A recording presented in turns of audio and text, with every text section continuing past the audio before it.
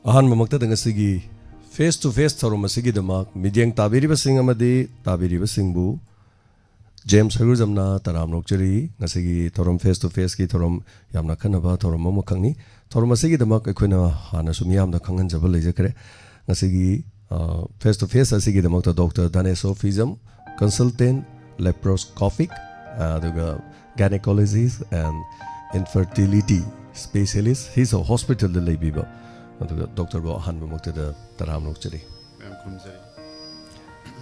Ngasigi thamjariba topic se maruina ngasigi topic se koina thamjai pregnancy oiring eda BP wangkhalakpa amadi laparoscopic gynecology. Masi karino haibo masi matang dani adu khoi number 9077282001 hari wasi hang doktuna thamjai marak to WAHONG hangbini masingna call tawpirakpa yagani. Aduga ekogi masigi maramda ahanbada doctor dagi koi khangjana bhona jage aduga ngasigi thoromasi puthokpa diamond donors aduga co-sponsored by Eastern Lily Drinking Water loina diamond family sing hajabadare doctor ahanbada koigi masigi pregnancy oiring eda BP wangkhalakpa masi yam common oina thoklabra du masi yam tangna thokpra duga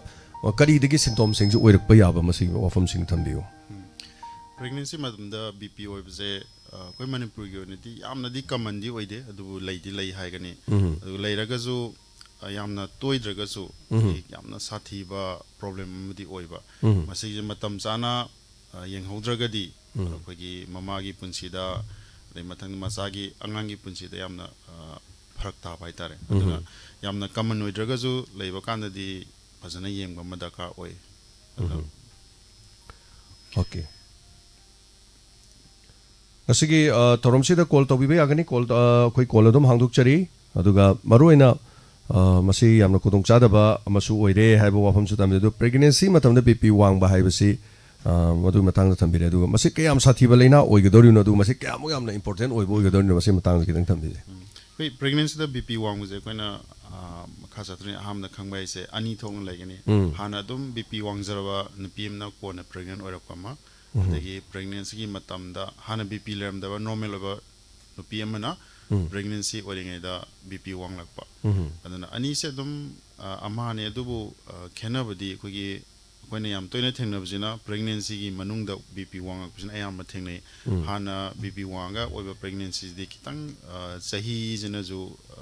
BP je yamna leitumna khara kitang tana thoe adana pregnancy gi tha 8 9 surokpa swajida yamna BP je wang buje uthorokani masidagi da koina matam chana treatment ta hodragadi adum any sai panjagi badum mama gi punsi dadum yamna khudong chininga ba okay aduga masigi normal blood pressure during pregnancy si mai je sora khuje dum akhoi mayamna leinari ba 120 ba 80 gi size dum oibi doira aduga kari kaya wang bose kaya phobu ye koina pregnancy da haidi je mathak ki jina 140 makha jina 90 and 140 by 90 have jigi makha da laigedamne mathak jina 140 natraga si hek mathak chakraba adagi makha jina 90 natraga mathak haidi 100 ki yosalagdi BP wangi lawgni adu ayam matam da khogi makha gi jina wangale mathak ji dum 130 ki laraga makha jina 90 100 kai laiba moisi dum BP wanguni na singani aduga makhoi dum tawam tawba treatment da hogadamne makhoi se so yam hoje kolam ta lokha chagyan ba hello hello call se tambigre amuk mathangi caller da khudong chaba pijage aduga khoigi masigi makha tajar ko hang dai jaba tare BP wanglak pasi mase karamna aitare BP wanglak pai maram se kari no oibe yai mas BP wanglak pagi se adum yam kana chapcha di khang de du khoigi koi naupam placenta ga pe mari leine na hai se gi se okay adu koi yam sam du de yam kana haijar roi khoigi tha sina piba problems den ayam ba adu haijaninge khoigi tha taret ka surokpa sida koina sum koi tha gi checkup toriba matam cha sana koiba checkup sida yeng sa ayam na BP jine koina yeng se adurgadi khudong thiba sing ngakthok kai tar di doctor ka sam toina consult tawbagi mathau matai na haitai masimale hello hello mingale from habiu sai hairok ta gine hairok pa 3 sangbana gine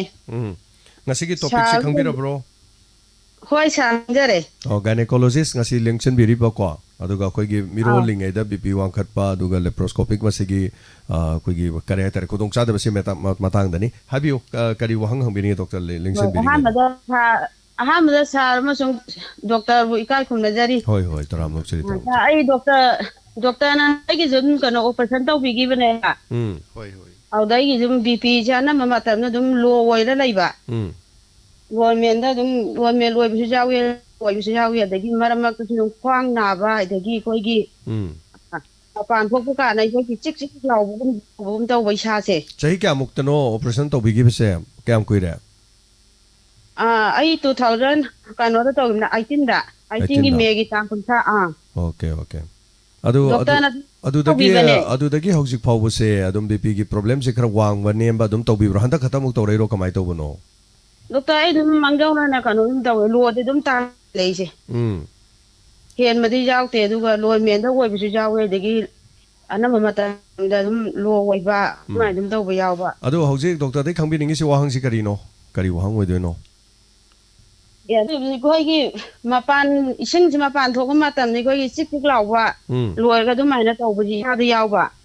ai de gi koi gi thai khong ga bla koi gi chang yang nai ta ba ai de nek la gam da de ga kwa icha da income jan ba khot ba dum mai ju lai ba ngon da sa gi sahi kya surage icha u ji sahi ni fu su jare sa chahi ni fu rom sore kari oi be ya yo koi gi UTI infection na du da kari adumaina haira gani koi se ziga di kyam kan ni mari le ga do di ma kitang gi mana dre ba adu amtang di test to ba tangai phada ba lere urine test to piraga UTI infection to ba ama yeng bagi mathau tare aduga tha gi khongkap ki matang sidi nupi de di toina dum thokpa problem ne haijari ba sidi kari habi bi magi chang nai ba nai da ba ki habi numi kya nim ka adum tha ni manung da mupula di dum yai na haijagani haji 40 sai ni fu surai je dum masana sai ni fu sura bani na tang di thengtharani monopause atongan ba tongan ba keno sing lang na bagi maram khara su leire aduna sahi su ni fu suri haragadi tha ni gi manung da wan samtang lagadi thoina kai budi leiti chang nai de na haraga sur hai ba pham suma thambire yam noi jare akoi gi caller sing na akoi gi number 9077282001 da call to biu ado ngasi gi akoi yam maroi ba koina thamjari ba topic jo horen makha ba dum tajar ke pregnancy oring ed bp wang bai problem si miron bising da yam na toina thokpa thodok sing uma oiragadi wahang sidagi masi karam ngak thok pe adu kamai tok sigi habagi doctor lingeda hangbiu aduga laparoscopic gynecology sar sigi matang ji kari no masi laparoscopic gynecology gi matang ji kari habi laparoscopy ja koina dum kogi yamna minimal hai kogi mamangai da koi pukta sang sang le laga torm operation do kogi makun hulaga tawai tare pixel up tare kogi pukta dark laita bo hai kogi scarless surgery kaina pukta centimeter taram ka sang na phai nantra yung na lenga do do kogi pukta makul ahum ani tra ahum natra mari pha hulaga dang tawa kogi adu da loina taw operation je koina laparoscopy hairagani manung da camera masi gi technology se leire ba ko hana di sang sang na natra phai na lelam bale adu hojikti hulaga masi adum akoi siza da dum facilities adum leibi do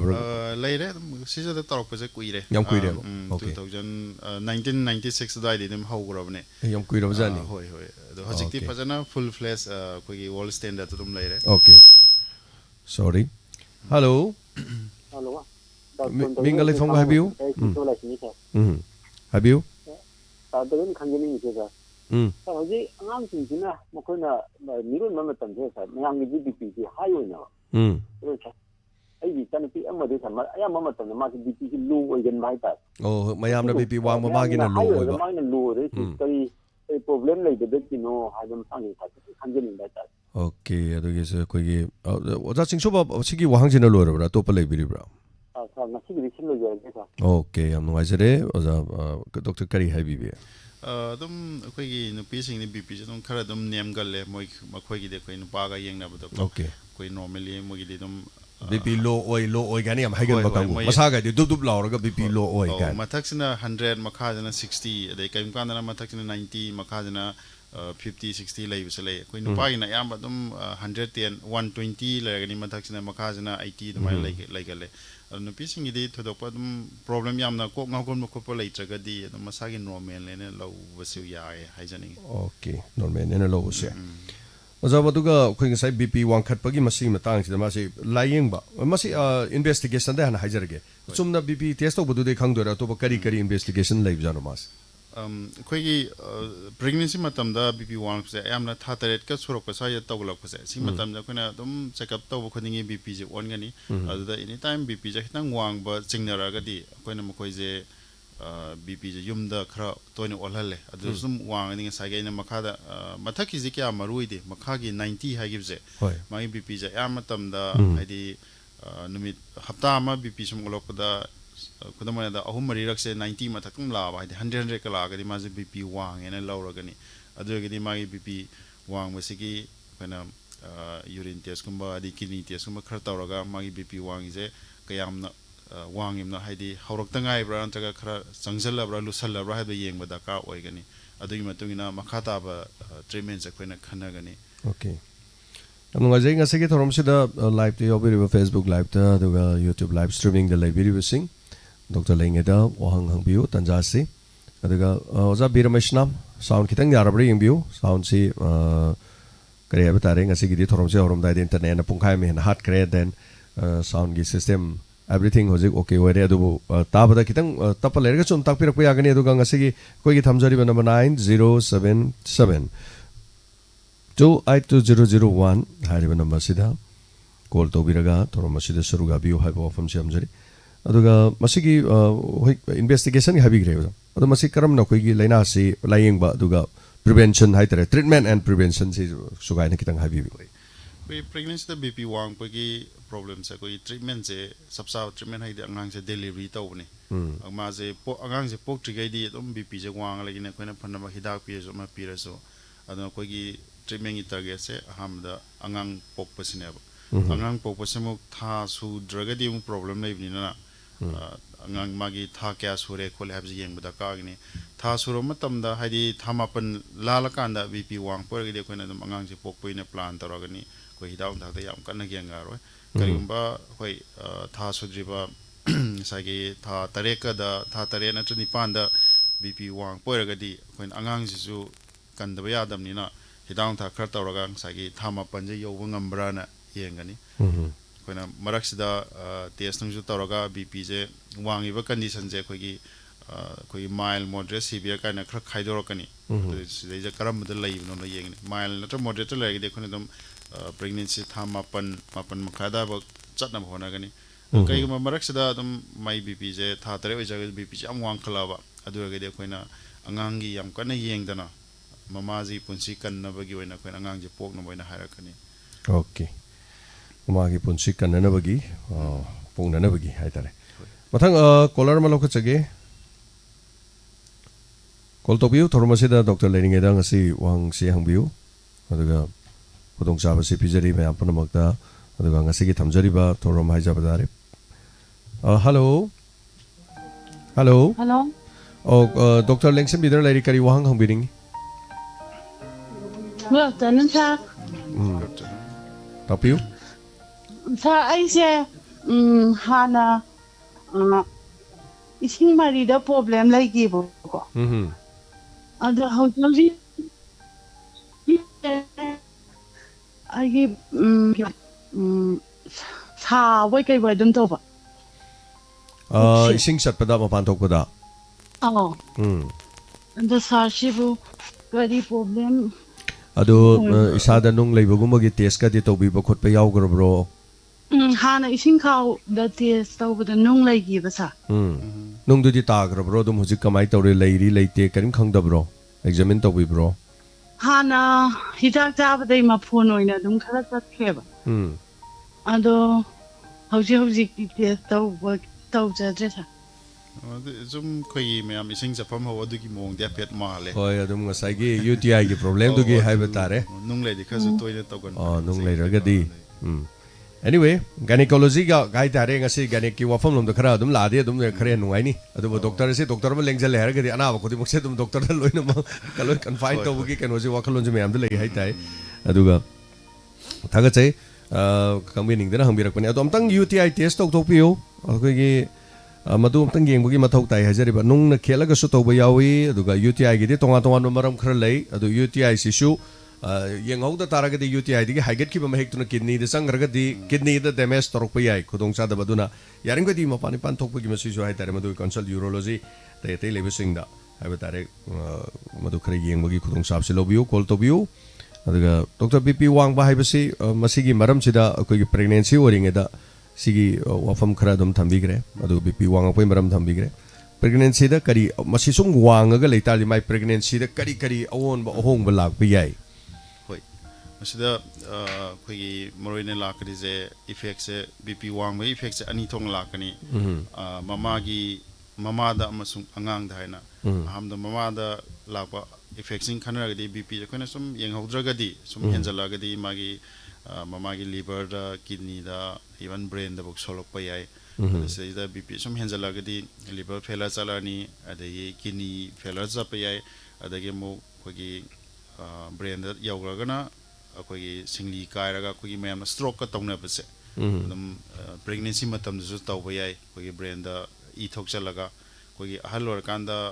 ꯃꯁꯥꯒꯤ ꯑꯣꯏꯅ ꯑꯩꯈꯣꯏꯒꯤ stroke ꯇꯧꯅꯩ ꯍꯥꯏꯅꯕꯗꯣ ꯑꯗꯨ pregnancy ꯃꯇꯝꯗ ꯁꯤꯒꯤ BPꯁꯦ ꯋꯥꯡꯅ ꯇꯧꯕ ꯁꯨꯝ ꯑꯣꯏꯕ ꯌꯥꯏ ꯁꯤꯒꯤꯗꯤ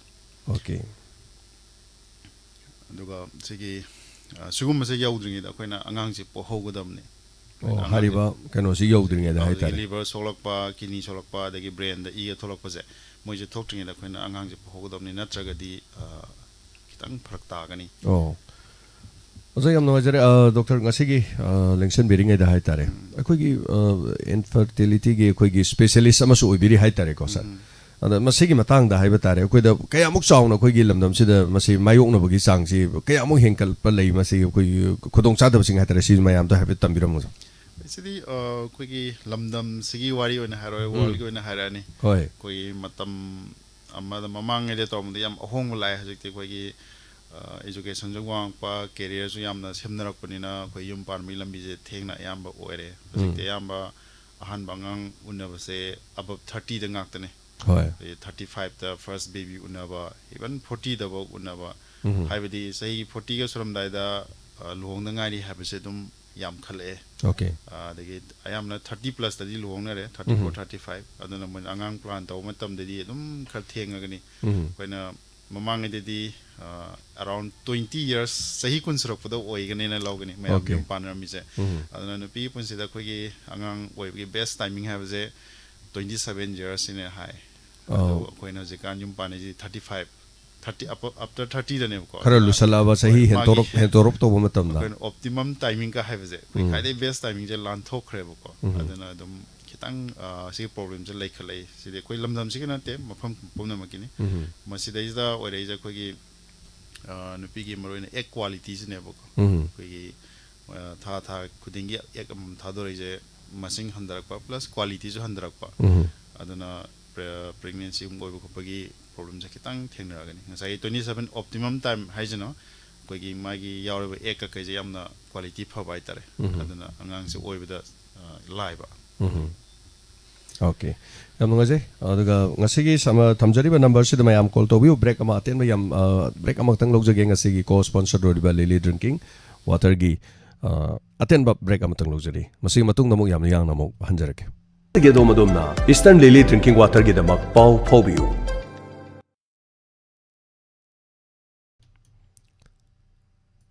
ꯇꯔꯥꯃꯅꯣꯛꯆꯔꯤ ꯕ꯭ꯔꯦꯛꯀꯤ ꯃꯇꯨꯡꯗ ꯑꯃꯨꯛ ꯍꯟꯅ ꯑꯗꯨꯒ ꯉꯁꯤꯒꯤ ꯊꯝꯖꯔꯤꯕ ꯇꯣꯄꯤꯛ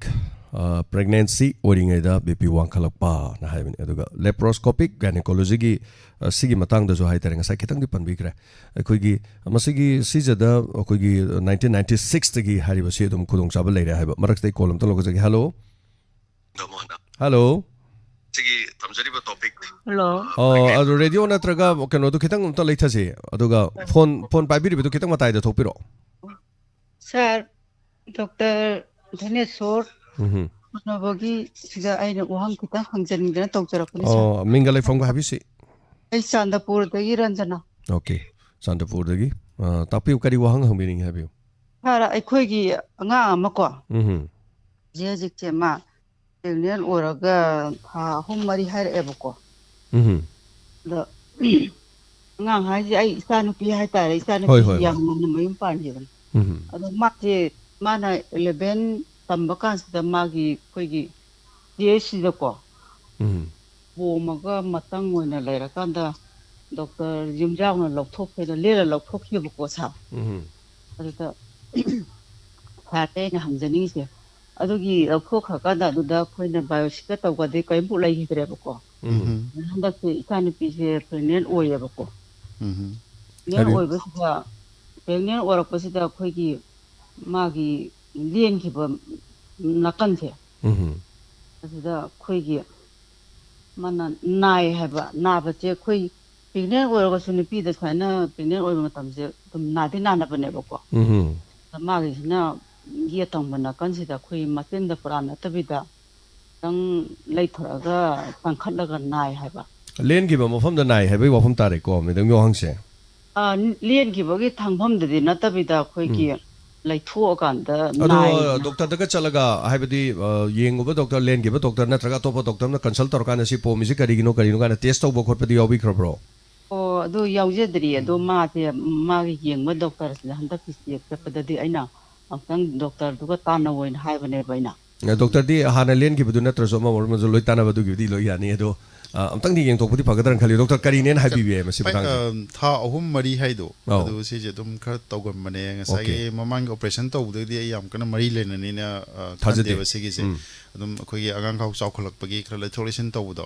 ꯑꯗꯨꯒꯤ ꯅꯥꯕꯗꯣ ꯑꯣꯏꯒꯅꯦꯅ ꯈꯟꯒꯅꯤꯌꯦ ꯁꯤꯁꯦ ꯑꯉꯥꯡꯈꯥꯎ ꯆꯥꯎꯈꯠꯂꯛꯄꯗꯨꯒꯤ ꯑꯗꯨ ꯑꯣꯏ ꯊꯣꯏꯗꯣꯛꯅ ꯄ꯭ꯔꯣꯕ꯭ꯂꯦꯝ ꯑꯃ ꯍꯥꯏꯗꯤ ꯅꯥꯝꯒꯤ ꯄꯣꯝꯒ ꯑꯗꯨꯝꯕ ꯑꯃ ꯂꯥꯛꯄ ꯈꯣꯠꯄ ꯑꯗꯨꯝꯕꯗꯤ ꯀꯌꯥ ꯑꯣꯏꯔꯣꯏꯅ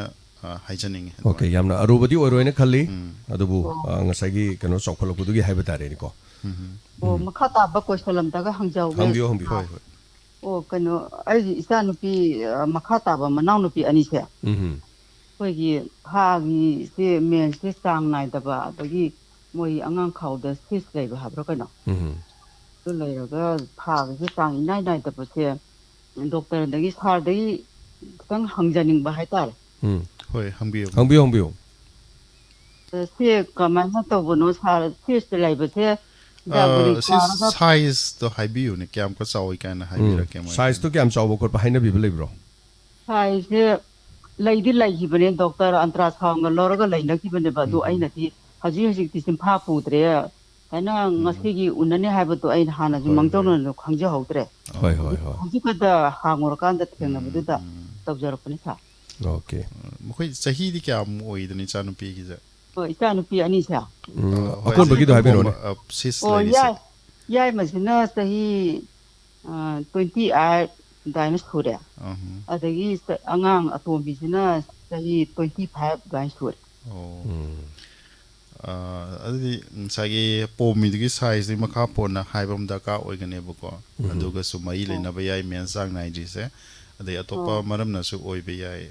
ꯑꯗꯨ ꯍꯣꯏ ꯀꯩꯅꯣꯒ ꯌꯥꯏꯃꯁꯤꯗꯤ ꯃꯦꯟꯁ ꯂꯥꯛꯄ ꯃꯇꯝꯗꯁꯨ ꯃꯕꯨꯛꯁꯦ ꯅꯥꯔꯒ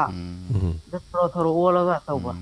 ꯍꯣꯏ ꯑꯗꯨꯒꯤꯗꯣ ꯑꯜꯇ꯭ꯔꯥꯁꯥꯎꯟ ꯑꯃꯃꯝ ꯇꯧꯊꯣꯛꯄꯤꯌꯣꯕꯀꯣ ꯑꯗꯨꯗ ꯄꯣꯝꯕ ꯈꯣꯠꯄ ꯊꯣꯏꯗꯣꯛꯄ ꯂꯩꯇ꯭ꯔꯒꯗꯤ ꯊꯥꯒꯤ ꯃꯦꯟꯁ ꯂꯥꯛꯄ ꯀꯥꯟꯗ ꯄꯨꯛ ꯅꯥꯕꯗꯨꯒꯤ ꯐꯅꯕ ꯍꯤꯗꯥꯛ ꯑꯗꯨꯝ ꯆꯥꯕ ꯌꯥꯒꯅꯤ ꯐꯥꯔꯃꯥꯁꯤ ꯑꯗꯨꯝ ꯐꯪꯕꯤꯒꯅꯦꯕꯀꯣ ꯑꯗꯣ ꯃꯣꯏꯗꯒꯤ ꯍꯤꯗꯥꯛ ꯑꯃꯅꯤ ꯆꯥꯔ ꯌꯦꯡꯕꯤꯌꯣ ꯑꯗꯨ ꯆꯥꯔꯁꯨ ꯐꯠꯇ꯭ꯔꯒꯗꯤ ꯃꯈꯥ ꯇꯥꯅ ꯌꯦꯡꯕ ꯗꯔꯀꯥꯔ ꯑꯣꯏꯒꯅꯤ ꯑꯃꯨꯛꯇꯪꯗꯤ ꯌꯦꯡꯊꯣꯛꯄꯤꯔꯣ ꯁꯤꯁ ꯂꯩꯕꯒ ꯍꯥꯏꯁꯤꯗꯤ ꯌꯦꯡꯊꯣꯛꯇꯅ ꯁꯨꯝ ꯈꯪꯖꯜ ꯂꯩꯕꯗꯤ ꯑꯐꯕ ꯑꯣꯏꯔꯣꯏ ꯑꯃꯕꯨ ꯑꯣꯏꯔꯦ ꯁꯤꯁ ꯂꯩꯅꯕꯁꯤ ꯄꯣꯝꯕꯗꯨꯅꯤ ꯄꯣꯝꯕꯗꯨ ꯃꯇꯧ ꯀꯔꯝꯅ ꯐꯒꯗꯒꯦ ꯍꯥꯏꯕꯗꯨꯒꯤ ꯍꯥꯏꯇꯥꯔꯦ ꯗꯣꯛꯇꯔ ꯉꯁꯥꯏꯒꯤ ꯑꯩꯈꯣꯏꯒꯤ ꯅꯨꯄꯥꯗ ꯃꯥꯒꯤ ꯄꯣꯔ ꯀ꯭ꯋꯥꯂꯤꯇꯤ ꯁꯤꯃꯦꯟꯒꯤ ꯃꯥꯒꯤ ꯀꯩꯅꯣ ꯂꯩꯕꯁꯤ ꯃꯁꯤ ꯑꯩꯈꯣꯏꯒꯤ ꯀꯔꯤ ꯍꯥꯏꯕ ꯇꯥꯔꯦ ꯍꯦꯟꯀꯠꯍꯟꯅꯕꯒꯤ ꯍꯥꯏꯇꯥꯔꯦꯀꯣ ꯀꯔꯤ ꯊꯧꯗꯥꯡ ꯀꯔꯤ ꯈꯣꯡꯊꯥꯡ ꯀꯔꯤ ꯀꯃꯥꯏꯅ ꯂꯩ ꯃꯁꯤꯒꯨꯝꯕꯁꯦ ꯁꯤ ꯂꯥꯏꯐ ꯁ꯭ꯇꯥꯏꯜꯗ ꯑꯣꯏꯅ ꯑꯌꯥꯝꯕ ꯂꯥꯛꯑꯒꯅꯤ ꯑꯩꯈꯣꯏꯒꯤ ꯕꯦꯗ ꯍꯦꯕꯤꯠꯁ ꯊꯥꯗꯣꯛꯄꯀꯣ ꯍꯣꯏ ꯍꯥꯏꯔꯒꯗꯤ ꯁ꯭ꯃꯣꯀꯤꯡ ꯑꯣꯏꯔꯣ ꯑꯗꯒꯤ ꯑꯜꯀꯣꯍꯣꯂꯤꯖꯝ ꯄꯨꯔꯥ ꯊꯥꯗꯣꯛꯇ꯭ꯔꯁꯨ ꯂꯩꯅꯀꯣ ꯈꯔ ꯆꯥꯡ ꯈꯔ ꯍꯟꯊꯕ ꯍꯥꯏꯇꯥꯔꯦ ꯊꯥꯗꯣꯛꯏꯒꯩꯗꯤ ꯐꯔꯦ ꯑꯗꯨꯃꯥꯏꯅ ꯍꯥꯏꯔꯒꯅꯤ ꯑꯗꯒꯤ ꯑꯩꯈꯣꯏ ꯑꯗꯨꯝ ꯂꯥꯏꯐ ꯁ꯭ꯇꯥꯏꯜꯗ ꯈꯔ ꯑꯐꯕ ꯃꯑꯣꯡꯗ ꯂꯩꯕꯀꯣ ꯑꯗꯨꯃꯥꯏꯅ ꯂꯥꯛꯑꯒꯅꯤ ꯈꯔ ꯍꯦꯜꯗꯤ ꯑꯣꯏꯕ ꯍꯥꯏꯇꯥꯔꯦ ꯃꯌꯨꯝ ꯃꯀꯩ ꯄꯥꯜꯂꯨꯔꯦ ꯑꯗꯩꯗꯤ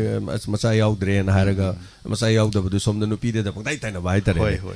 ꯑꯉꯥꯡ ꯌꯥꯎꯗ꯭ꯔꯦ ꯃꯁꯤ ꯃꯧ ꯊꯤꯔꯨꯔꯒ ꯀꯥꯏꯅ ꯍꯥꯏ ꯀꯥꯟꯗ ꯁꯣꯝꯗꯗꯤ ꯃꯆꯥꯗꯗꯤ ꯇꯦꯁ ꯇꯧꯗꯕ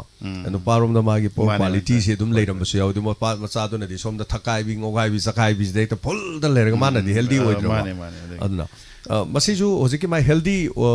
ꯀꯩꯅꯣꯗ ꯂꯩꯅꯅꯕꯒꯤ ꯑꯃꯁꯨ ꯍꯥꯏꯕꯤꯔꯦ ꯑꯗꯨꯒ ꯃꯥꯏ ꯀꯥꯎꯟ ꯃꯁꯤꯡꯁꯤ ꯍꯦꯟꯒꯠꯅꯅꯕꯒꯤ ꯍꯥꯏꯇꯥꯔꯦ ꯇ꯭ꯔꯤꯠꯃꯦꯟꯒꯨꯝꯕ ꯑꯗꯩ ꯀꯔꯤ ꯍꯤꯗꯥꯛ ꯒꯨꯂꯤꯒꯁꯨ ꯃꯁꯤꯒꯨꯝꯕꯁꯨ ꯑꯗꯨꯝ ꯂꯩꯕ ꯖꯥꯠꯂ ꯂꯩ ꯍꯤꯗꯥꯛꯁꯦ ꯈꯔ ꯂꯩ ꯃꯥꯒꯤ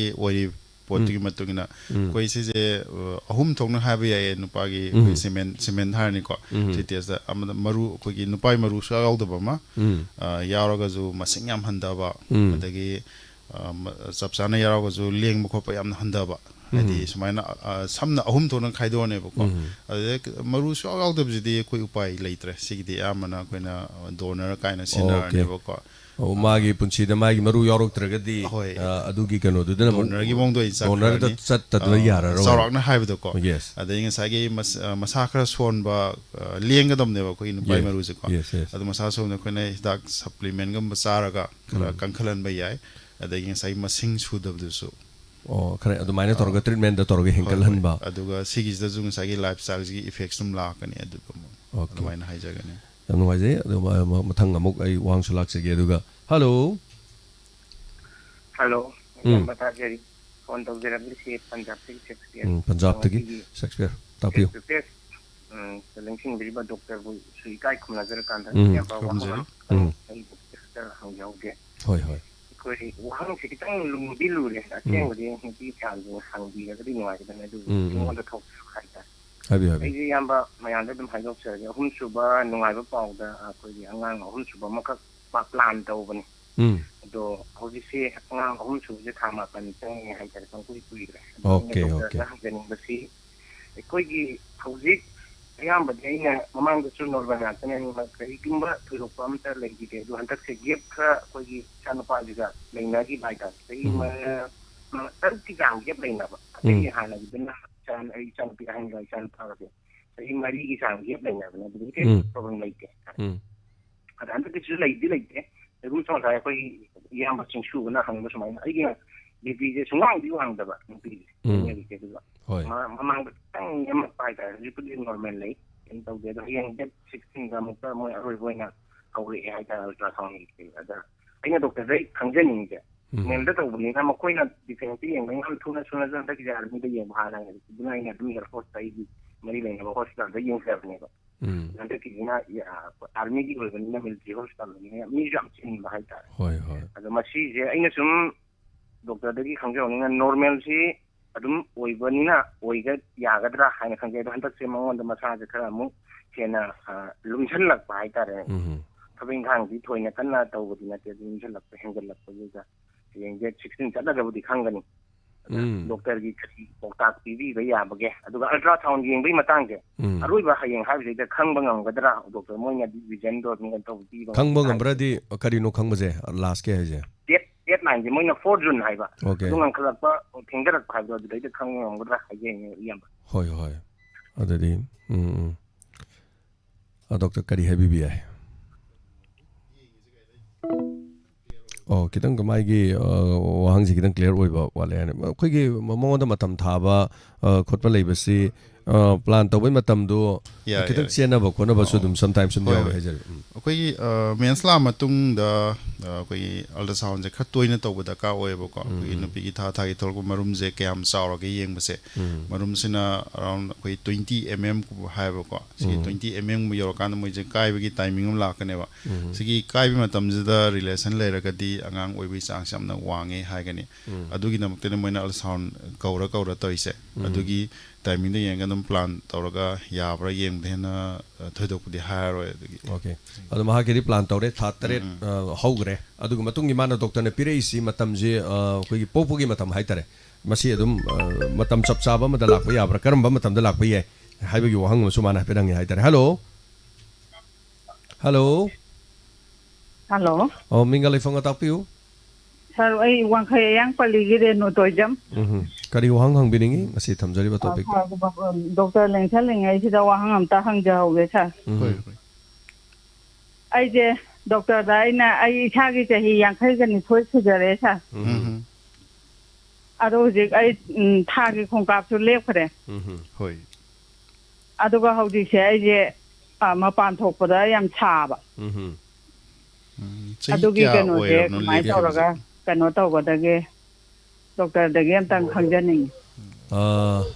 डॉक्टर सही हंगबिब्रा मसाइदी सही यांखै लेपखिबसे ओ नथि ना कनो खोगी थाले खोगी फोकाप लेपखिबसे अदु मतम क्याम कोइबिरगे हाइबा